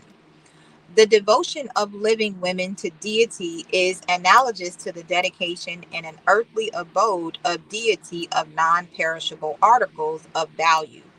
The act of immolation or destruction seems to be no longer a condition necessary to the enjoyment of the offerings by the gods. An analogous stage of thought is reached in the relations between men and women when the immolation of widows changes into the observation of chastity during prolonged widowhood or of perpetual virginity. As in China, when the affianced husband dies before the marriage. Pertinent in this connection is the fact that in certain communities where widow marriage in general is not forbidden, marriage with the widows of hypothesized chiefs or semi divine personages is banned. For example, it is not right for you to wed his Mahomet's wives after him. Verily, that is with God a serious thing. Mahomet, Baphomet, Muhammad. The practice of the Guinea Africans is a notable instance of the crudest form of the religious dedication of women. Most of the gods of the polygynous and polytheistic EWE and she TSHI speaking Negroes of the slave and Gold Coast have women consecrated to their service as wives. Oh, I got something plugged up.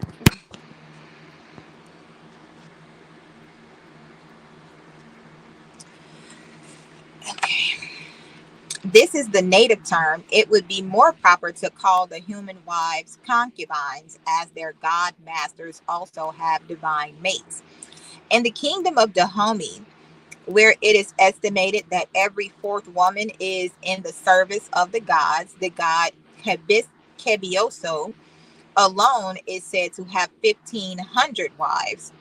Dangbi, another god of the Yu speaking peoples, has probably 2,000 wives.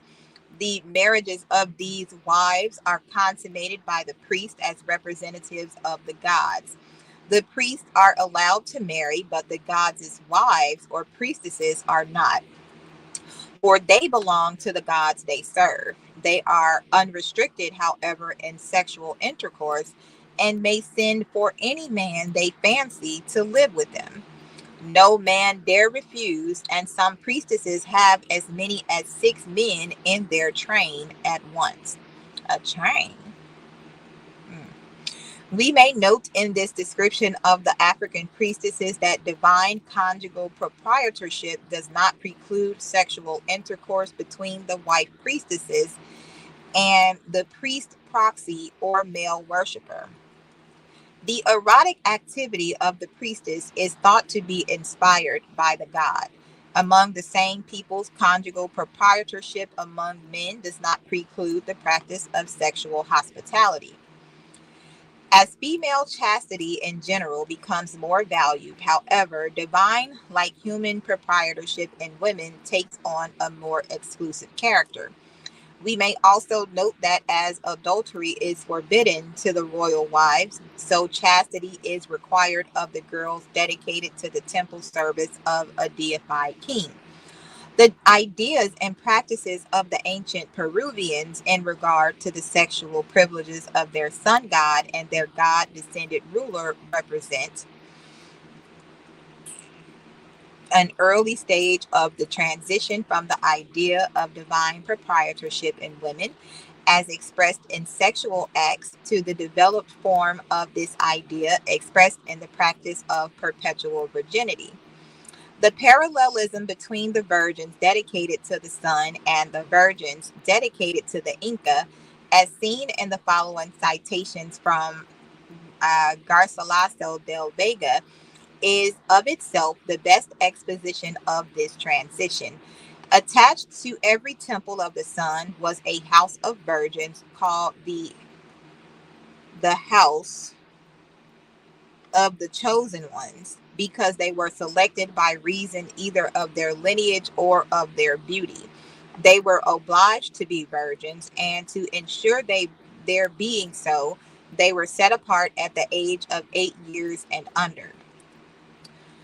At the house of Cusco, Mississippi, there were usually as many as 1,500 virgins. These virgins lived in perpetual seclusion to the end of their lives and preserved their virginity.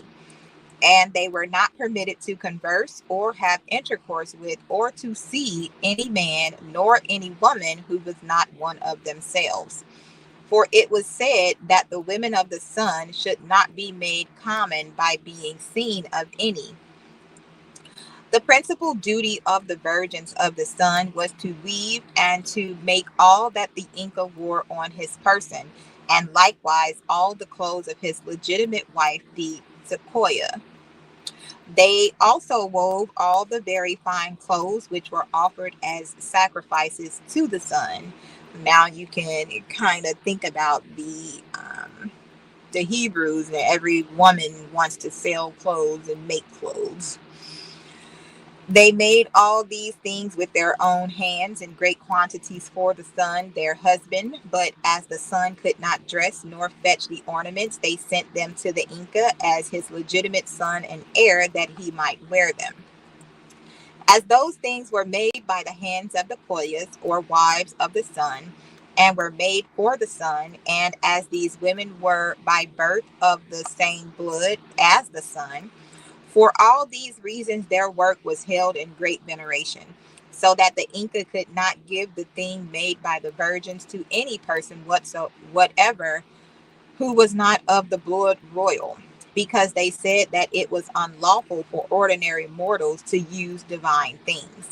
The Incas were prohibited from giving them to the Caracas or captains, how great soever their services might have been, unless they were relations. The virgins had also to make the bread called cancu at the proper season for the sacrifices that were offered up to the sun at the great festivals called Raymi and Situa. They also made the liquor which the Inca and his family drank on those occasions. All the furniture of the convent, down to the pots, pans, and jars of gold and silver, as in the temple of the sun, because the virgins were looked upon as his wives, all things relating to them were in conformity with the life and conversation of women who observed perpetual seclusion and virginity.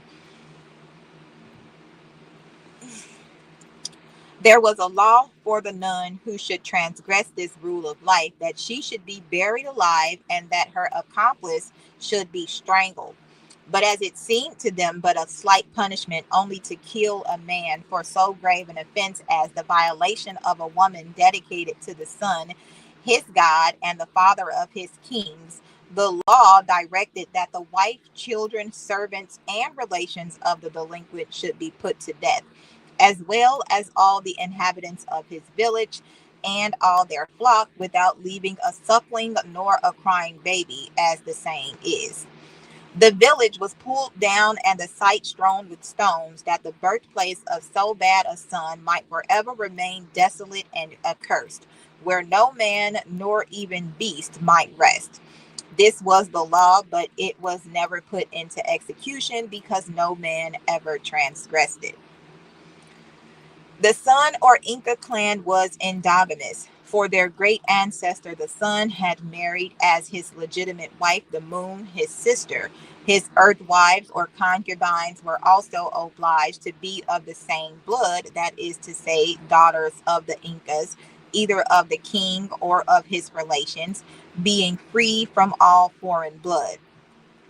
They gave as a reason for this that as they could only offer virgins for the service of the sun, so it was likewise unlawful to offer a bastard with mixed foreign blood. For though they imagined that the sun had children, they considered that they ought not to be bastards with mixed divine and human blood. The Inca, the lineal representative of the sun god, had also his houses of virgins. All things were the same in the Inca's houses as in the sun's houses, except that women of all kinds were admitted into the former as long as they were virgins and very beautiful. When the Inca asked for one, they selected the most beautiful to be sent to where he was as his concubine. Those who had once been sent out as concubines to the king could not again return to the convent, but served in the royal palace as servants of the queen until they obtained permission to return to their homes, where they received houses and lands and were treated with much veneration. For it was a very great honor to the whole neighborhood to have near them a woman of the Inca. Those who did not attain the honor of being concubines of the king remained in the convent until they were very old and then had permission to return home or else died in the convent. These girls were guarded with the same care and vigilance as those of the sun. They had servant maids like the others and were maintained out of the estate of the Inca because they were his women. They could do the same work as those of the sun, weaving and sewing, making clothes in very great quantities for the Inca, and making all the other things we have mentioned as being the work of the virgins of the sun. The Inca distributed the work of these girls among the royal family, the Caracas, war captains, and all other persons whom he desired to honor with presents. These gifts were not prohibited because they were made by the Incas and for him, and not by the virgins of the sun for the sun. The same severe law existed against delinquents who violated the women of the Inca as against those who were guilty with virgins dedicated to the sun, as the crime was considered to be the same. Still, another form of religious chastity was practiced by the Peruvian women. Transitions, what is that? Present, and that they rest would go to serve their master one by one as they die. I don't know what that is, whatever. Transitions from widow immolation are also found in Peru. In a burial mound at Gran Shimu were found metal figures representing human beings. Peru book incidents of travel and exploration in the land of the Incas. The chastity of widows must not be forgotten, which they preserved with great strictness during the first year of their bereavement. And very few of those who had no children ever married again, and even those who had continued to live single. For this virtue was much commended in their laws and ordinances. It was there directed that the lands of the widows should be tilled first, before those of either Caracas or the Incas, and other privileges were conceded to them. It is also true that the Indians did not approve of marriage with a widow, especially if the man was not a widower, for it was said that such an one lost, I know not what, of his quality in marrying a widow. Besides the virgins who professed perpetual virginity in the monasteries, there were many women of the blood royal who led the same life in their own houses, having taken a vow of chastity, though they were not secluded, for they did not cease to visit their nearest relations when they were sick or in childbirth, or when their firstborns were shorn and named. These women were held in great veneration for their chastity and purity, and as a mark of worship and respect, they were called oklo, which was a name held sacred in their idolatry. The chastity of these women was not feigned, but was truly observed, on pain of being burnt alive if it was lost, or of being cast into the lake of lions. I myself was acquainted with one of these women when she was in extreme old age, and who, having never married, was called Oklo. She sometimes visited my mother, and I was given to understand that she was her great aunt, being a sister of her grandfather. She was held in great veneration and was given the first place. And I am witness that my mother so treated her, as well because she was her aunt, as on account of her age and purity of life. It would be interesting to know whether the cloistered women of Peru developed from the home-staying celibates as in early Christendom, or vice versa.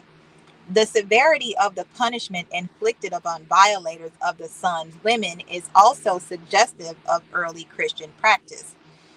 In 826, for example, Louis Le Debonair decreed that the seduction of a nun was to be punished by the death of both partners in guilt, that the property was to be consecrated to the church, and that if the count in whose district the crime occurred neglected its prosecution, he was to be degraded, deprived of his office, undergo public penance, and pay his full wergild to the fisc. The exclusive character of divine proprietorship in women is also seen in the recently published Babylonian Code of Hammurabi. The code prescribes that if a priestess leave the cloister and go into a tavern to drink, she shall be burned. In this code, as well as in Garcilaso del Vega's description of the ancient Peruvian customs, the parallelism between the women devoted to the god Marduk and the wives of men is enlightening. If anyone defame a priestess or the wife of a free man without proof, he shall be taken before the judge, and his forehead shall be cut. Fathers dedicated their daughters to Marduk with or without the customary marriage dowry. If without, the priestess could claim a portion of the patrimony at her father's death. If the father failed to stipulate in providing the dowry that the priestess was free to do with it what she willed, her brothers were entitled at the father's death to take from her the field and garden of which the dowry consisted, in exchange for wheat and oil and linen. I shall not attempt at present to analyze the final stage in the development of the religious dedication of women. The subject would require an exhaustive study of the practice of religious female celibacy in Christianity. Let me point out tentatively, however, that the Christian nun may well be thought of as the descendant of the African wife priestess and the Peruvian sun wife. In Christianity, sacrifice passed over from the gift stage to the self abnegation stage, And this change in the general conception of sacrifice involved a change in the ideas of the meaning of religious female celibacy. In Christianity, too, the exclusive character of divine proprietorship was thought of rather as precluding sexual intercourse with men than as leading to it with deity. Besides, the idea of a mystical union with deity took the place of ideals of sexual relations with a deity. I also refrain from a full discussion of certain practices which at first sight might seem to be closely akin to the subject under consideration. I mean the practices of religious defloration and of conjugal abstinence at more or less sanctified periods. Mr. Crawley has pointed out in developing his theory of sexual taboo that both practices are due to the idea of danger from sexual intercourse. Let me remark, incidentally, that religious defloration is undoubtedly at times an act of phallicism, the adoration, placation of deity for the sake of fertility. It's funny. It talks about defloration. My grandmother's name is Flora. As a fertility rite, it may certainly be viewed as a form of the religious dedication of women in general. Hamilton gives a clear statement on this point in relation to the practice of the Jus Primi Noctis as a religious ceremony on the Malabar coast. When the Samarin, or the ruler of Calicut, marries, he must not cohabit with his bride till the Hambari, or chief priest, has enjoyed her, and if he pleases may have 3 nights of her company, because the first fruits of her nuptials must be a holy oblation to the god she worships. And some of the nobles are so complacent as to allow the clergy the same tribute. Conjugal abstinence on religious occasions may also partake of the nature of a dedication in communities where sacrifice has become self-abnegation. Nevertheless, I do not wish to introduce these subjects into my argument. To do so, a close and exhaustive study would be necessary of every case of defloration or conjugal abstinence as a religious rite in relation to other social facts in the specific community, in order to determine the respective parts played by phallic worship, self-sacrifice, and sexual taboo in the rite. For example, the dictate of Moses to the Hebrews, ordering them to refrain from sexual intercourse with their wives, preparatory to the appearance of Yahweh on Mount Sinai, was probably a purificatory observance, a taboo due to fear of female contamination on a sacred occasion. In this early period of Hebrew history, the gift theory had not yet passed into the self-abnegation theory. Self-sacrificial, on the other hand, may have been in view of early Christian asceticism. The synodal decrees of Bishop Rotherius and of Egbert, Archbishop of York, prescribing conjugal abstinence for a period of 2 weeks at Christmas, of 1 week at Easter and Whitsuntide, for the eves of feast days, for Saturdays and Sundays, and for 3 days and nights before and after partaking of the Holy Communion. A like difference of motive is seen in the Jewish story of Tobias and in certain of the early papal admonishments in regard to postponing the consummation of marriage. Again, when the priest god of the kingdom of Congo left his residence to visit other places within his jurisdiction, all married people had to observe strict continence the whole time he was out. Fraser gives this fact an illustration of sexual taboo, but after a close scrutiny of other facts about this Congo people, it is possible that we might conclude that this practice was a worn down survival of sexual hospitality during the journeys of the priest god.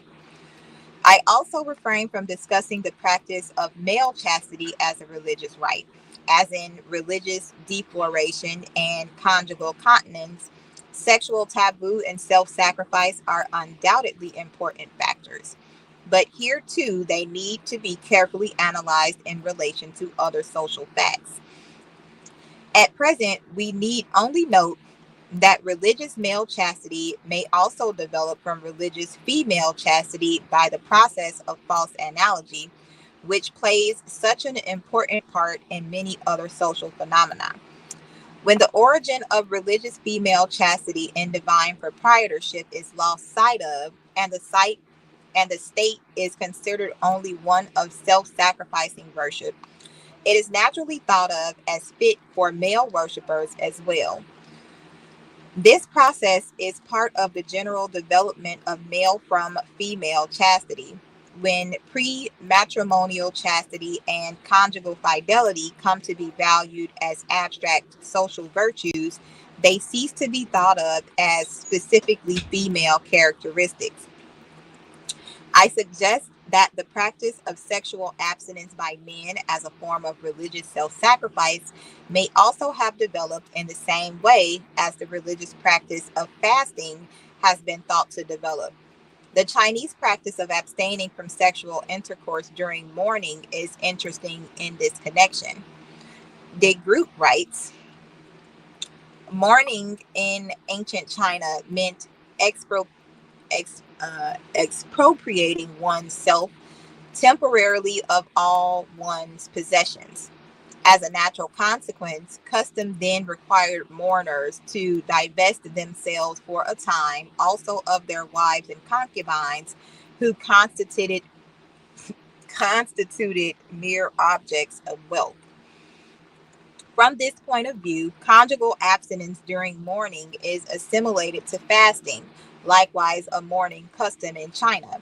In view of the fact that in China women were at one time buried alive with their masters, may not conjugal abstinence be a worn down survival like widow chastity of the sacrifice of women to deceased relatives?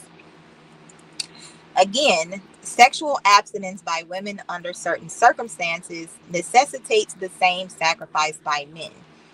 How this may occur in general is specifically and curiously illustrated by the myth of the origin of Priapus worship at Lampsacus. The gods' attentions to the women of that town angered their husbands. They therefore drove him away. In revenge, Priapus inflicted the jealous husbands of Lampsacus with venereal disease and thereby forced them to reestablish his worship in their city. Implicit throughout all of the foregoing discussion is the view that religious ideas and practices are determined by non religious social relations. It seems unnecessary to point out the converse fact that religious ideas and practices vitally affect non religious social relations. The interaction is constant. The practice of occasional or lifelong religious chastity by men and women has been extremely helpful in the development of social standards of sexual control. Manu and St. Paul are certainly responsible for untold human misery, but they may also be credited with helping to give a religious sanction to social control of sexuality. As the chattel character of women begins to disappear, the original cause and safeguard of female chastity and conjugal fidelity, or male ownership, likewise begin to disappear. At this point, the religious sanction, which had already been developed under the system of male ownership, is an important factor in developing an appreciation of chastity and conjugal fidelity per se. This is only one of the many cases in which religion seems to safeguard the products of a social means that is outgrown. And following out the evolutional relations between the blood sacrifice of virgins, the lifelong dedication of women to the sexual service of gods, the dedication of perpetual virginity to deity, the practice of occasional sexual abstinence as a sacrificial rite, the attribution of a religious sanction to both male and female chastity, we discover one of the many impressive series of social factors which have contributed so richly to the development of human personality.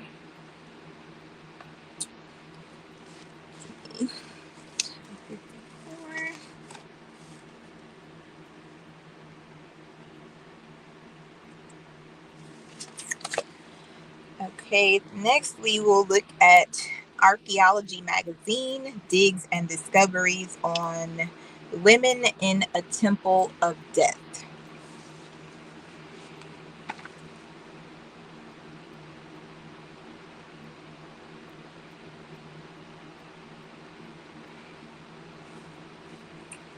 Give me 1 second.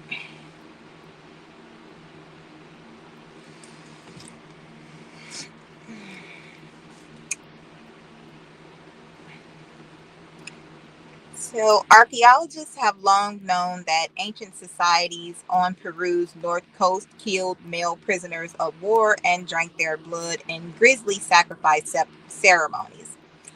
Now, researchers have found an unusual twist on that scene. The remains of 6 young women sacrificed in a ritual in about AD 850.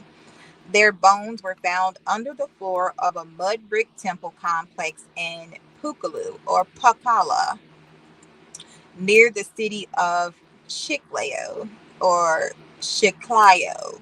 Sounds like Chicago. The women show no signs of disease and had been wrenched into odd positions. 4 lay atop each other in a single grave, and 2 others rested a few feet away, accompanied by a baby llama. Most are missing rib bones, aka Adam and Eve, indicating that their remains were left exposed and that their organs had been eaten by vultures after death. What's the name of Kanye's album or song? Vultures.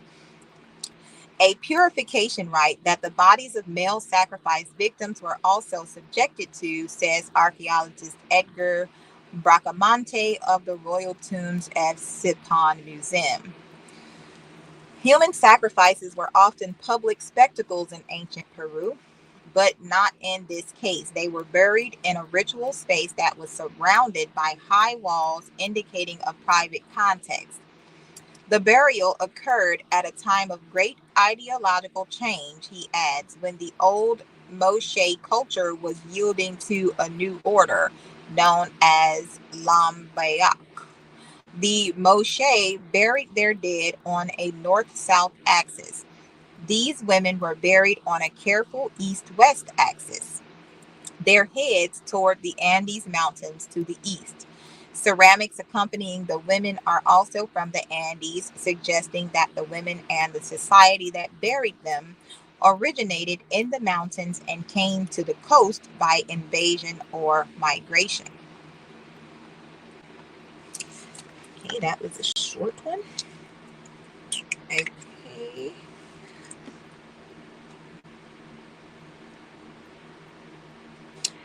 Next is ScienceAlert.com, brutalized Iron Age skeleton, rare evidence of human sacrifice.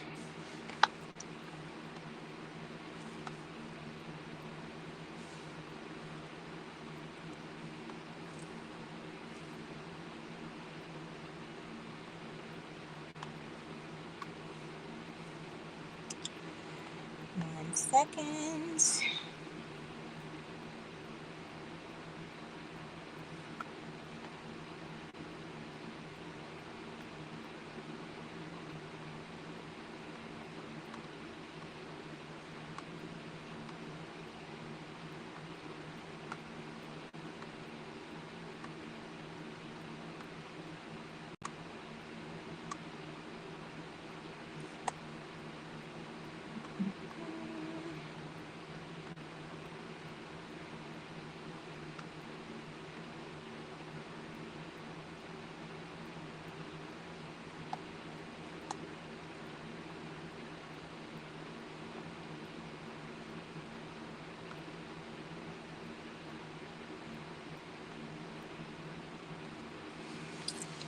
Okay.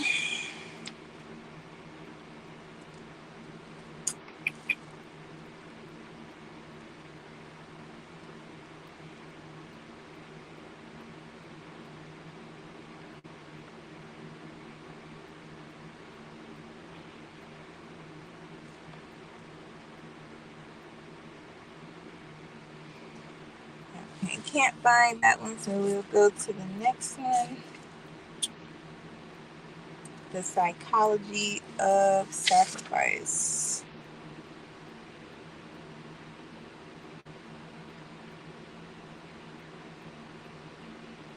Or no.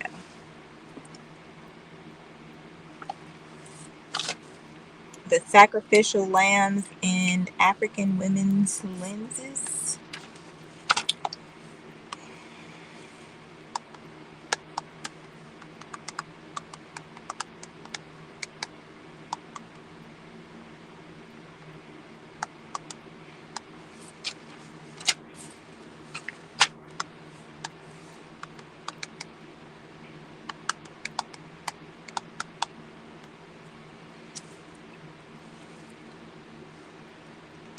This is cielo.org.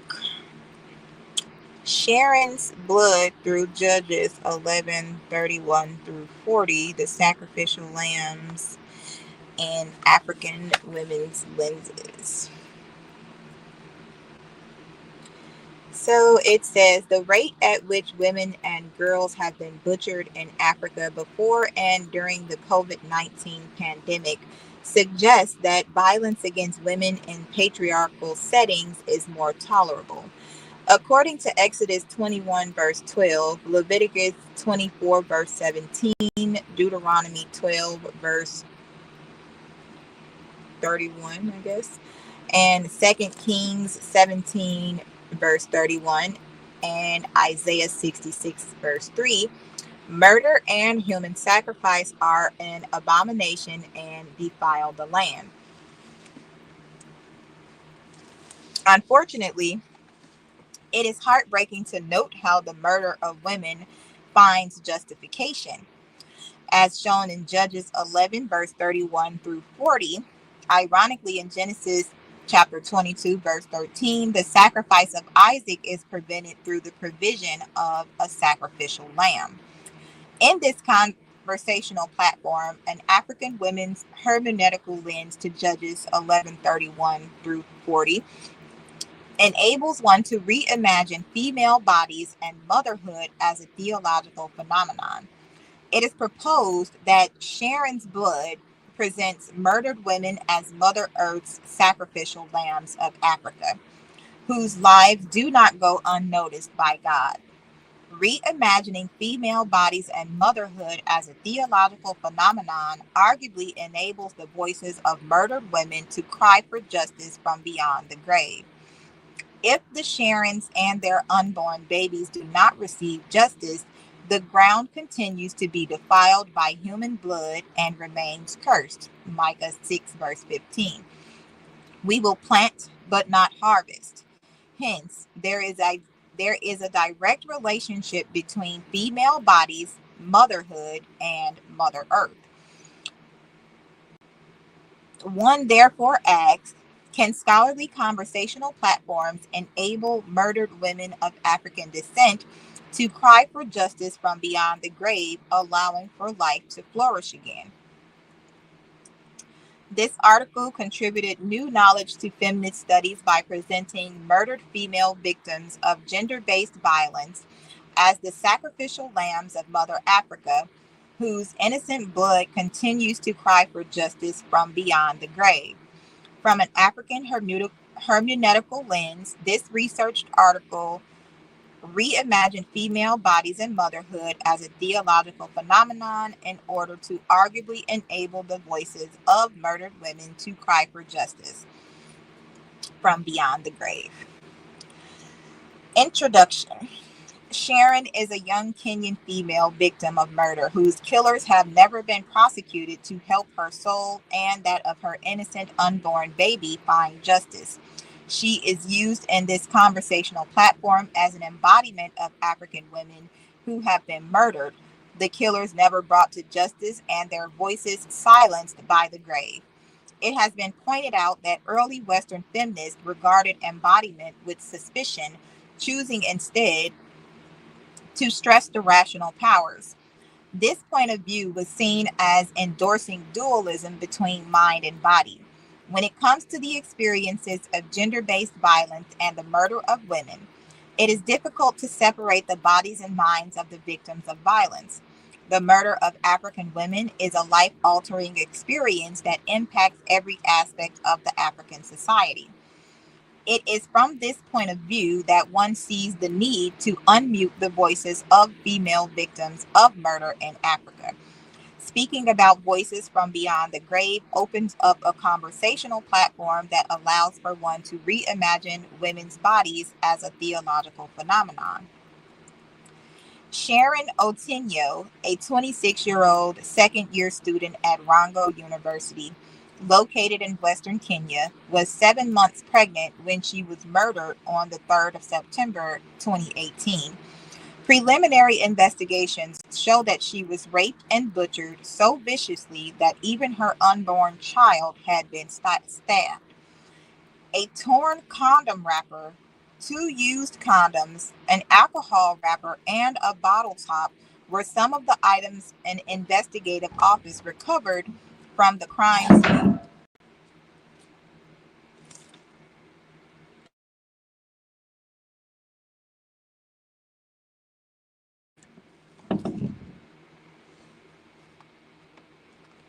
The main suspect in her murder is occult Obado.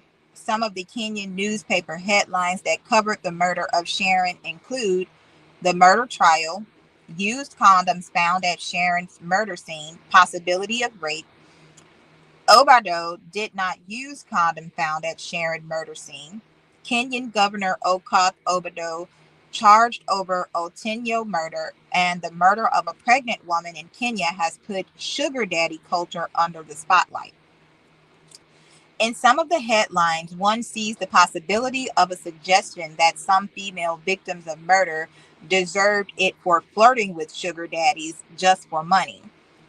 In fact, it is sad to see how suspects of murder are walking freely in society.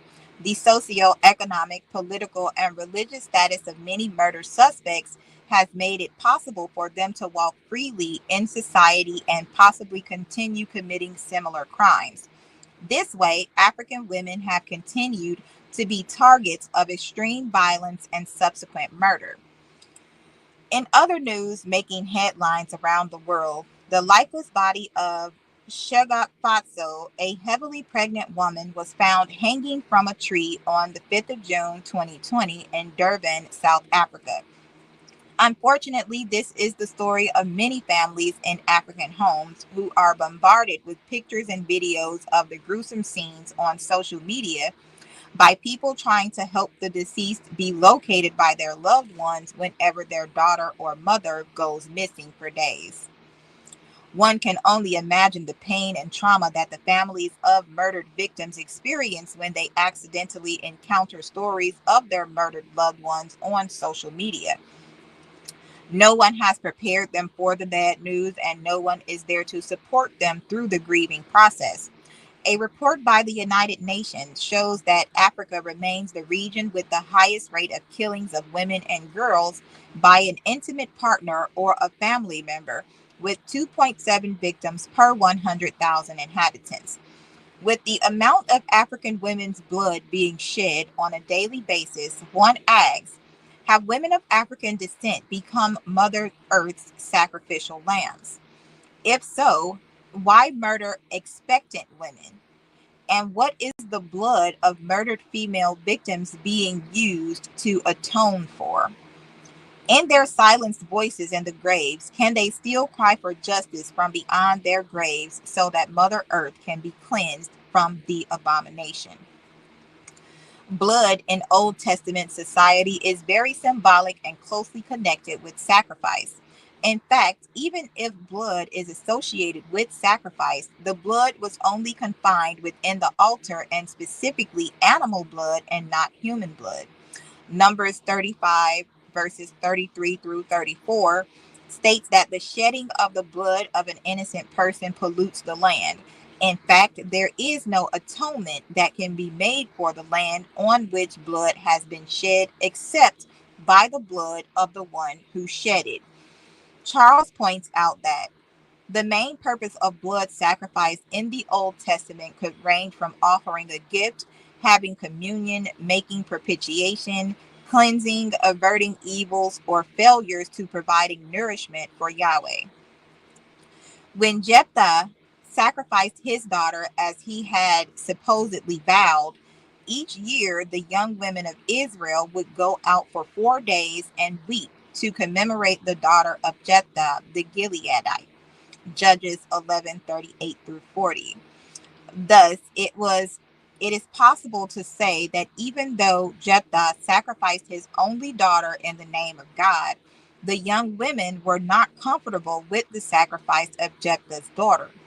Notably, the Old Testament has clear legal sanctions against murder and also laws that forbid human sacrifice. Notably, women were still butchered and sacrificed, and sometimes their deaths were justified by any means. Speaking about a troubling legacy of violence against women in the Old Testament, Siebert points out that we should retell the stories in order to learn from them and do everything in our powers to keep them from happening again. In African traditional society, murder was considered a crime against society as well as a violation of divine law, as all life comes from God. Thus, there were legal, religious, and customary laws that ensured accountability. This way, the killer was made to account for his or her act, a matter that highly minimized cases of murder. Even so, just as in the Old Testament, contemporary African society continues to witness the murder of women at an alarming rate. Africa's Mother Earth continues to be stained with the blood of women, some who are pregnant. Notably, in traditional African society, a pregnant woman was highly protected. In fact, it was the obligation of the entire community to ensure that a pregnant woman was safe from all harm, including bad eyes. It is disheartening to note how the murder of women in Africa continues to take up diverse and dynamic dimensions, including ritual killings, yet efforts to curb the vice seem not to bear much fruit. According to Wakanma and Abu, violence against women, unfortunately, is disturbingly widespread and has assumed critical dimensions, including forced marriage, trafficking in women, rape, acid baths, and the killing of women for ritual purposes. It is from this context that one sees the importance of putting Sharon's blood in dialogue with Judges chapter 11, verses 31 to 40 in order to reimagine women's bodies and motherhood in Africa as Mother Earth's sacrificial lambs. This way, it will be possible to enable the voices of innocently murdered victims to cry for justice beyond the graves. Furthermore, it paves the way for locating women's bodies and motherhood within an African woman's hermeneutical lens in order to re emphasize the fact that women's lives matter because they are created in the image and likeness of God or the goddess, as in Genesis chapter 1, verse 27. Mother Earth's sacrificial lambs and an African women's hermeneutical lens. If you refer to someone as a sacrificial lamb, you mean that they have been blamed unfairly for something they did not do, usually in order to protect another, more powerful person or group. From the context of this controversial platform, Sharon is presented as an embodiment of many African women who have been murdered in order to protect the image of someone, the patrilineal family, a certain family, someone's marriage, religion, the inheritance, or while persevering in abusive relationships in the name of one's children. On the other hand, an African women's hermeneutical lens to Mother Earth's sacrificial lambs seeks to deconstruct the social construction that seems to tolerate the murder of women, therefore normalizing the interaction of murder suspects with the rest of society. An African woman's hermeneutical lens to Mother Earth's sacrificial lambs allows for one to name, expose, and criticize in order to deconstruct patriarchal ideologies that dehumanize women of African descent, thereby presenting them as passive recipients of brutal murder. This way, it will be possible to deactivate self consciousness in women of African descent who have been socialized to objectify themselves. Many victims of murder have been brought up in cultural settings that have made them believe that it is a divine command for women to live for others.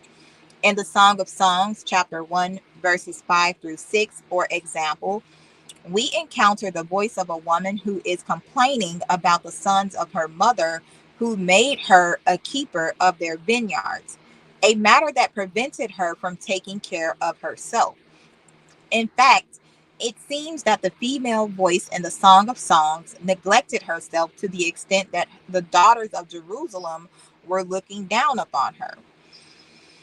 In an African women's hermeneutical lens to Mother Earth's sacrificial lambs, one finds the opportunity to destabilize the status quo that continues to socialize women of African descent to interpret their bodies from a colonized and racial point of view. Black theology has produced great scholarly discussions on the affirmation of Black power. In the process, men of African descent reawakened to the consciousness of Black self determination, cultural affirmation, political empowerment, and racial pride.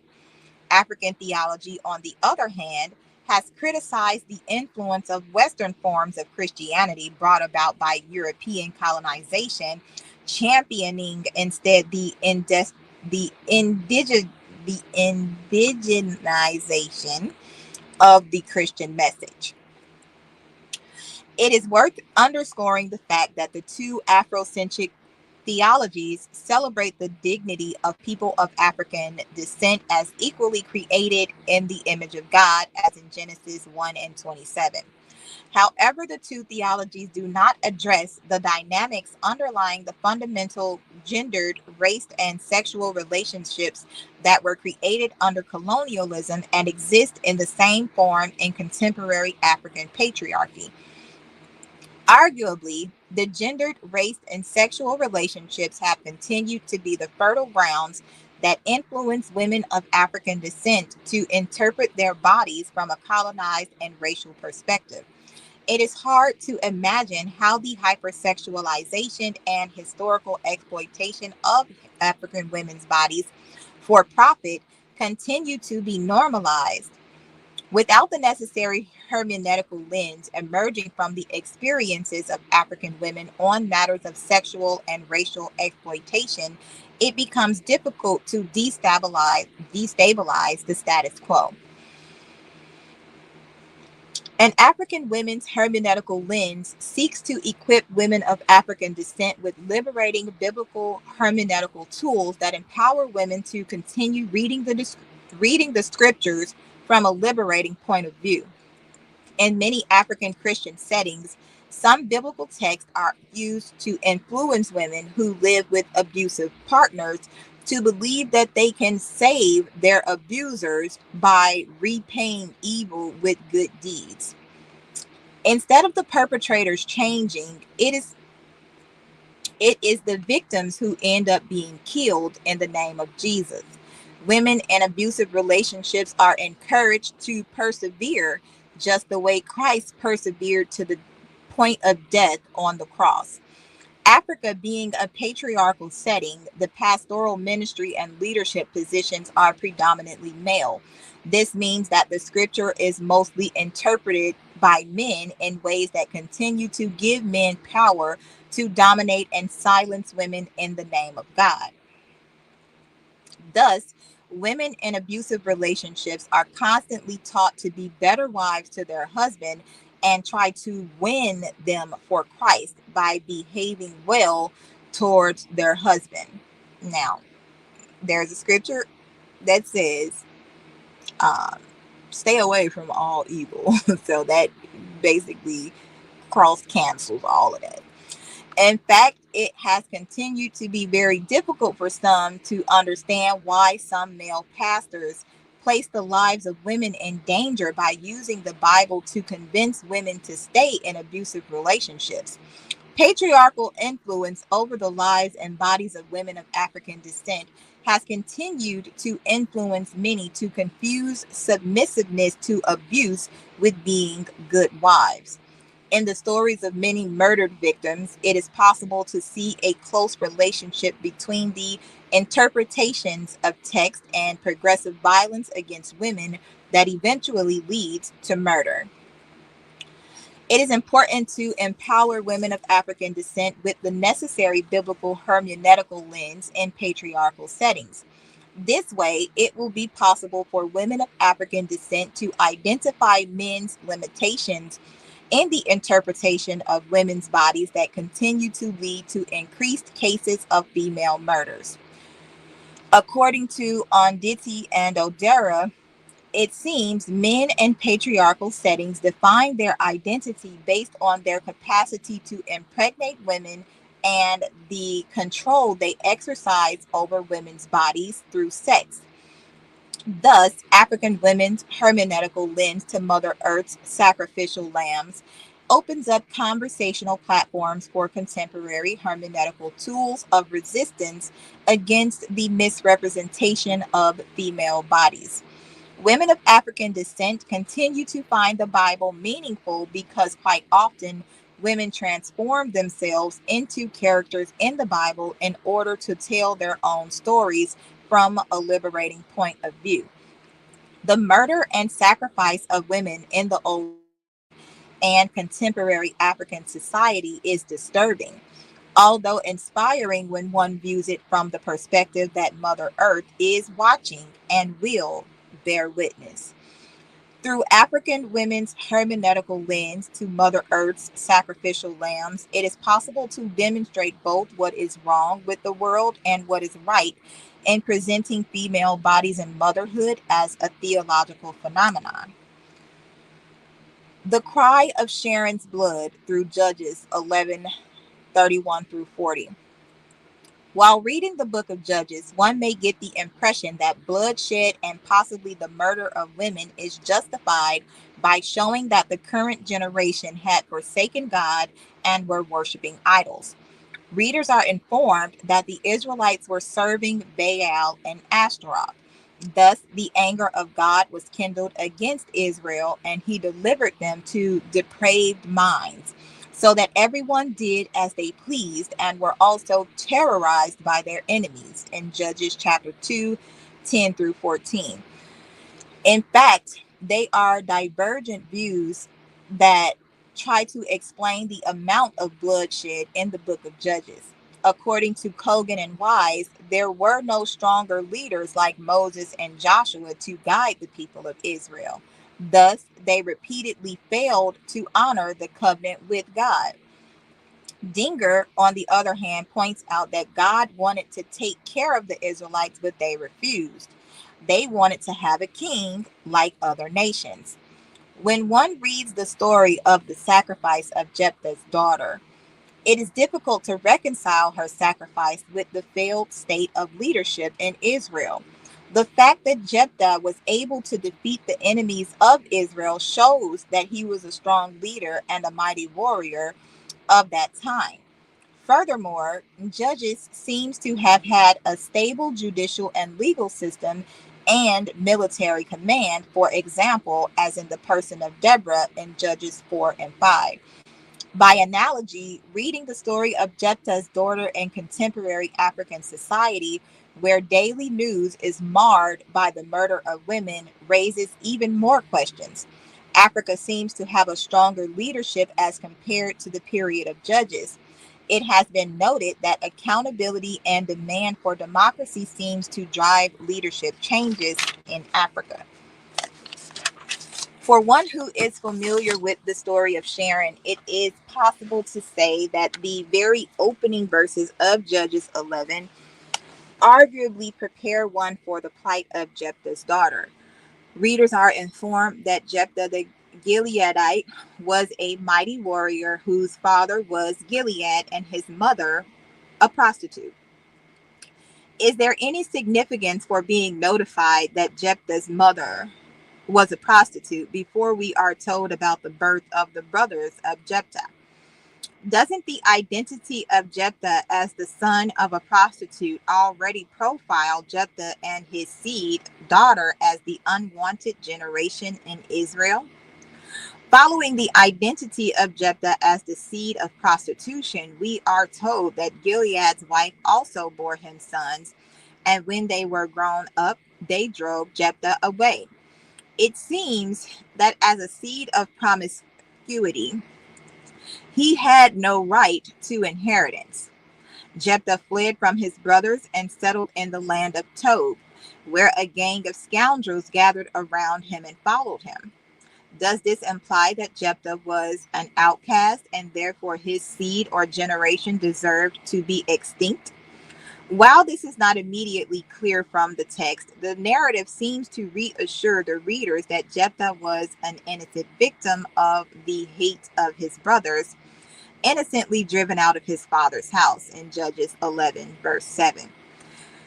Thus, the elders of Gilead reassure Jephthah that upon his return, he will be made the head over all of those who live in Gilead. Even so, the plight of Jephthah's daughter is introduced through Jephthah's answer to the elders. Suppose you take me back to fight the Ammonites, and the Lord gives them to me. Will I really be your head? Judges 11, verses 8 through 9. This way, the narrator arguably prepares the readership for the justification of the sacrifice of Jephthah's daughter, so that the text appeals more to the emotions of the readers without leaving room for a critical reading of the text. Locating the plight of Jephthah's daughter within the context of a possible murder of an innocent woman, Miller points out that it seems that with the death of Jephthah's daughter, Jephthah's inheritance is lost and the land possibly reverts to his half-brothers who initially drove him out because of inheritance. In the same way, the different news headlines on the death of Sharon prepared the recipients for the possible justification of the murder of an innocent pregnant woman. DNA analysis showed that the 7-month-old baby Sharon was carrying was indeed Obadah's. Governor Obadah was then arrested by detectives on the 24th of September in 2018 after establishing enough evidence linking him to the murder of Sharon Otieno. Governor Obadah is a married man with 2 legitimate children and heirs to his inheritance. He is also a politician with a public image to protect. Sharon Otieno, on the other hand, was a young girl who came from a humble background. Available information shows that she was also the provider for her mother and siblings. In the wake of the news about the murder of Sharon, 2 woman representatives asked girls to accept their humble backgrounds and focus on education rather than sponsors. The headline of one of the digital newspapers speaks volumes about the justification and normalization of the murder of women in patriarchal contexts. Slay queens, socialities, and sponsors. The normalization of transactional sex and sexual violence in Kenyan society. In the wake of the murder, Obadah confessed to having an affair with 26-year-old Sharon in a press conference at a Nairobi hotel, where he also introduced his family to the public for the first time. He also informed the public that the family was aware of the relationship. After the burial of Sharon, her voice has remained as silent as the voice of Shegofatso, Jephthah's daughter, and other victims of murder in many societies. Even so, what about the voice of Jephthah's daughter that requested her father to give her 2 months to roam the mountains and weep with her girlfriends because she will never marry and bear children? The voices of the young women of Israel who go out for 4 days every year to commemorate the daughter of Jephthah the Gileadite. The voice of Sharon before she was murdered when she was pleading with her tormentors in her state of pregnancy. The silenced voice of Sharon's 7-month-old child who died as a result of stab wounds. The fact that Sharon's unborn baby boy was given a girl's name by Sharon's father. Weird. Sharon's body that was recovered in the forest in Oyugis in a pool of blood.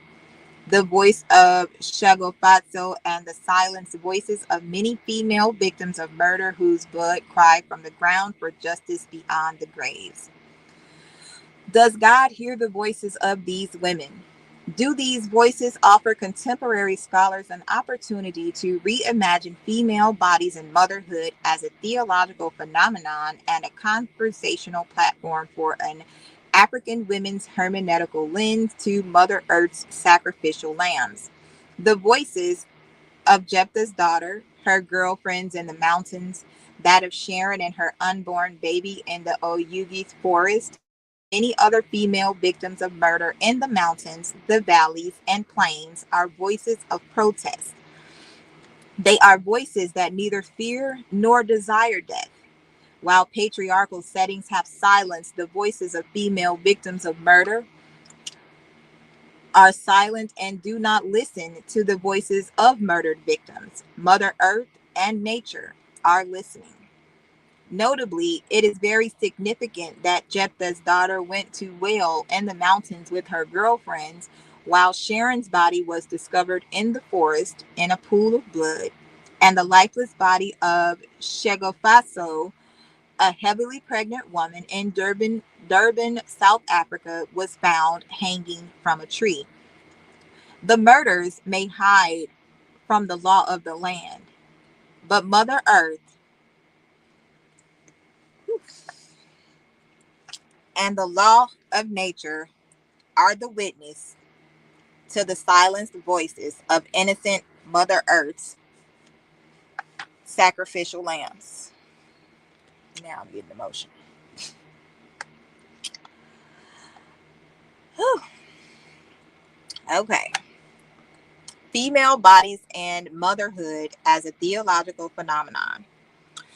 A presentation of female bodies and motherhood as a theological phenomenon argues that women are a sacred symbol of God's glory. Daniel chapter 3 verse 1 shows that it was culturally normative for rulers of huge empires in the Old Testament to erect their images in places where they were not physically present. This way, their subjects would feel the presence of their ruler's power and authority. In the same way, God creates men and women in God's own image so that human beings can be God's image bearers and represent God on earth. Although it says, let us make man in our image. Okay. That is why God gives both men and women authority to exercise dominion over creeping creatures of the earth. In Genesis 1 verse 26, why then do men dominate women, even exercising excessive power that leads to the murder of women? A presentation of female bodies and motherhood as a theological phenomenon has critical consequences for practice regarding human dignity. Women are fully equal to men as they are equally created in the image and likeness of God. As in Genesis chapter 1 and 27, in the same way that God provided a sacrificial lamb to prevent Isaac from being sacrificed in Genesis chapter 22, verses 7 through 14, God also uses the voice of women in Judges chapter 11, 31 through 40 to mourn the sacrifice of Jephthah's daughter. The overwhelming research and studies on female bodies and motherhood have continued to emphasize the need to dignify African womanhood. However, the question of how remains diverse and dynamic. In this controversial platform, the female bodies and motherhood are presented as a theological phenomenon in order to negotiate for women's safe spaces, regardless of space and time.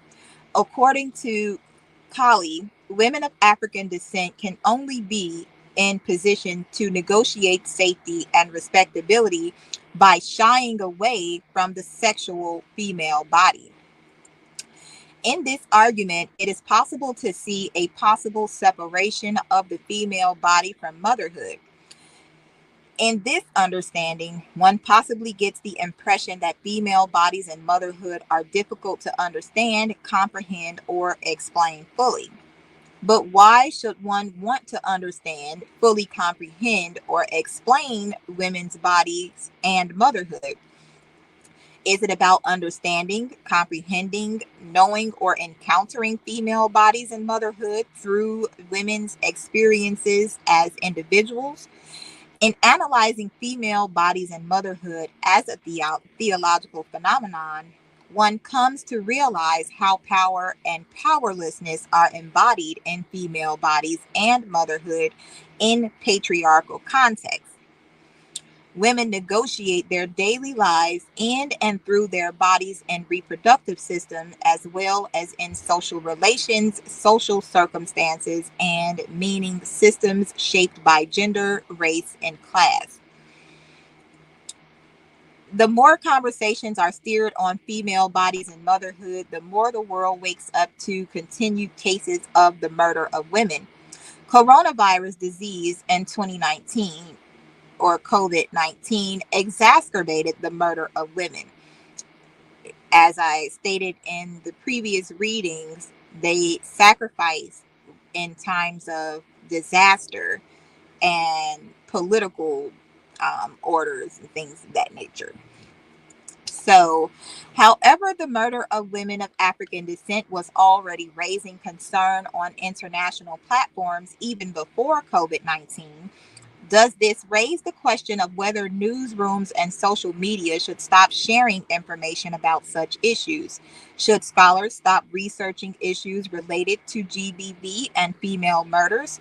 Presenting female bodies and motherhood as a theological phenomenon is important in understanding the relationship between the murders of African women, their unborn babies, gender, theology, and male power.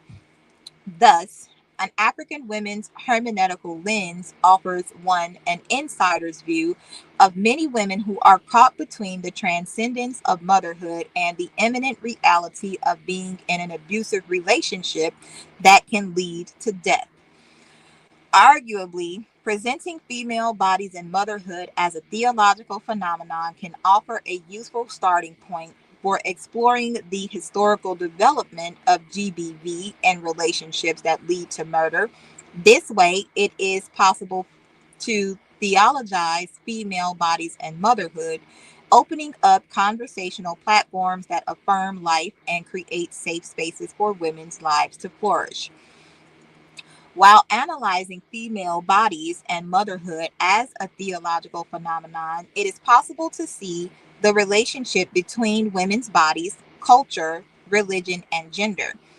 This is very significant, particularly when it comes to women's sexuality. It empowers women with a self understanding of their bodies, hence, questioning the extent to which women can persevere in abusive relationships. The impact of the murder of women on children and immediate family cannot be underestimated. Additionally, the relationship between the murder of women and life sustainability from a theological point of view shows that God and Mother Earth both care about women. It seems that religion, and particularly Christianity, have not been kind to motherhood in terms of childbearing and female bodies. However, in Genesis chapter 1, verse 27, human beings are created in the image and likeness of God. Thus, women have the right to live life in its fullness, as in John 10 and 10. I actually stay off of 127. Message.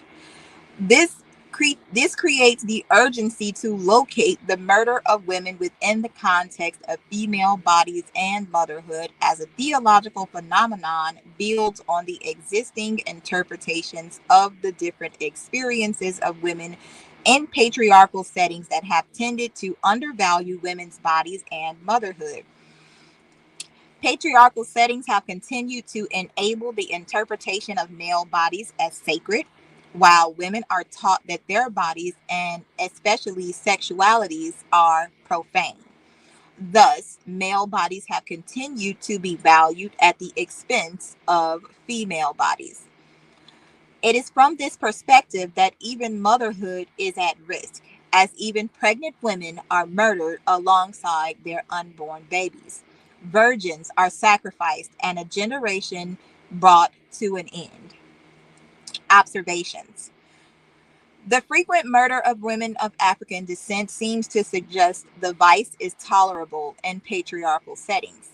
Peering through the African women's hermeneutical lens while gazing at Mother Earth's sacrificial lambs, one has the opportunity to ask, does God tolerate the murder and sacrifices of women of African descent? Patriarchal societies have socialized women to believe that female bodies and motherhood are a burden and problematic. Thus, many women believe that there is a need to do something about their femininity, bodies, and motherhood. But does the Old Testament agree with this? By analogy, does traditional African society agree with this too? In Genesis chapter 3, verse 20, Adam named his wife Eve because she would become the mother of all the living. Implicit in this is the fact that if a woman is murdered, the life of the whole society has been shuttered. That is why in African traditional society, an expectant woman was highly protected. Is this a great lesson to contemporary matriarchs? Women of African descent have made numerous sacrifices that have changed history and the course of history. Women have a powerful influence on their children, nature, and future generations. In the same spirit, Sharon's blood has created a possibility of a rereading of Judges chapter 11, verse 31 through 40. From an African women's hermeneutical lens for Mother Earth's sacrificial lambs. This has offered a new opportunity to present female bodies and motherhood as a theological phenomenon. The question remains, should women of African descent continue to lay down their lives in the name of womanhood and motherhood? Is it not time to build on existing conversations that continue to open up safe spaces that can allow women's life to flourish? Is God watching? And Mother Earth too? Conclusion and recommendation. Unmuting the voices of women remains central in the context of the escalating cases of the murder of women in patriarchal contexts. In the Old Testament, in Exodus chapter 21, verse 12, Leviticus 24 and 17, Deuteronomy 12 and 31, 2 Kings 17 and 31, and Isaiah 66 and 3, murder and human sacrifice are an abomination and defile the land. That is why it is made clear in Micah 6, verse 15, that when the land is defiled through the shedding of innocent blood, God's people will plant, but they will not harvest. In the same way, it is an abomination in African society to shed innocent blood. What remains shocking is the rate at which the daily news continues to be decorated with the murder of innocent women and girls. It is therefore recommended that there is need to equip women of African descent with the necessary hermeneutical tools that will empower women to see how religious communities and institutions convey values and belief systems to their members through text, traditions, teachings, and doctrines. Empower the voices of women of African descent to use religious texts and teachings to serve as resources to assist those who have experienced abuse to find safety and begin the process of healing. sensitized women of African descent to name the murder of innocent women as a justice issue and thereby seek legal assistance for the voices of their murdered loved ones from behind the grave, aka Joyce Morgan. Joy Morgan. So we're gonna end it here. I want to keep going, but I will be going forever.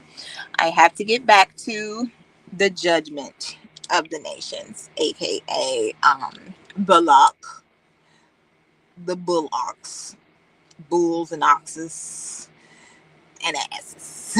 So thanks everybody for listening. Don't forget to like, share, and subscribe. It's your girl Shia Fire raining down fire from heaven. We about to bring it to an end, full circle. 3.14 Pisces gang. Okay, 34434 on the clock, and we're gonna end it there.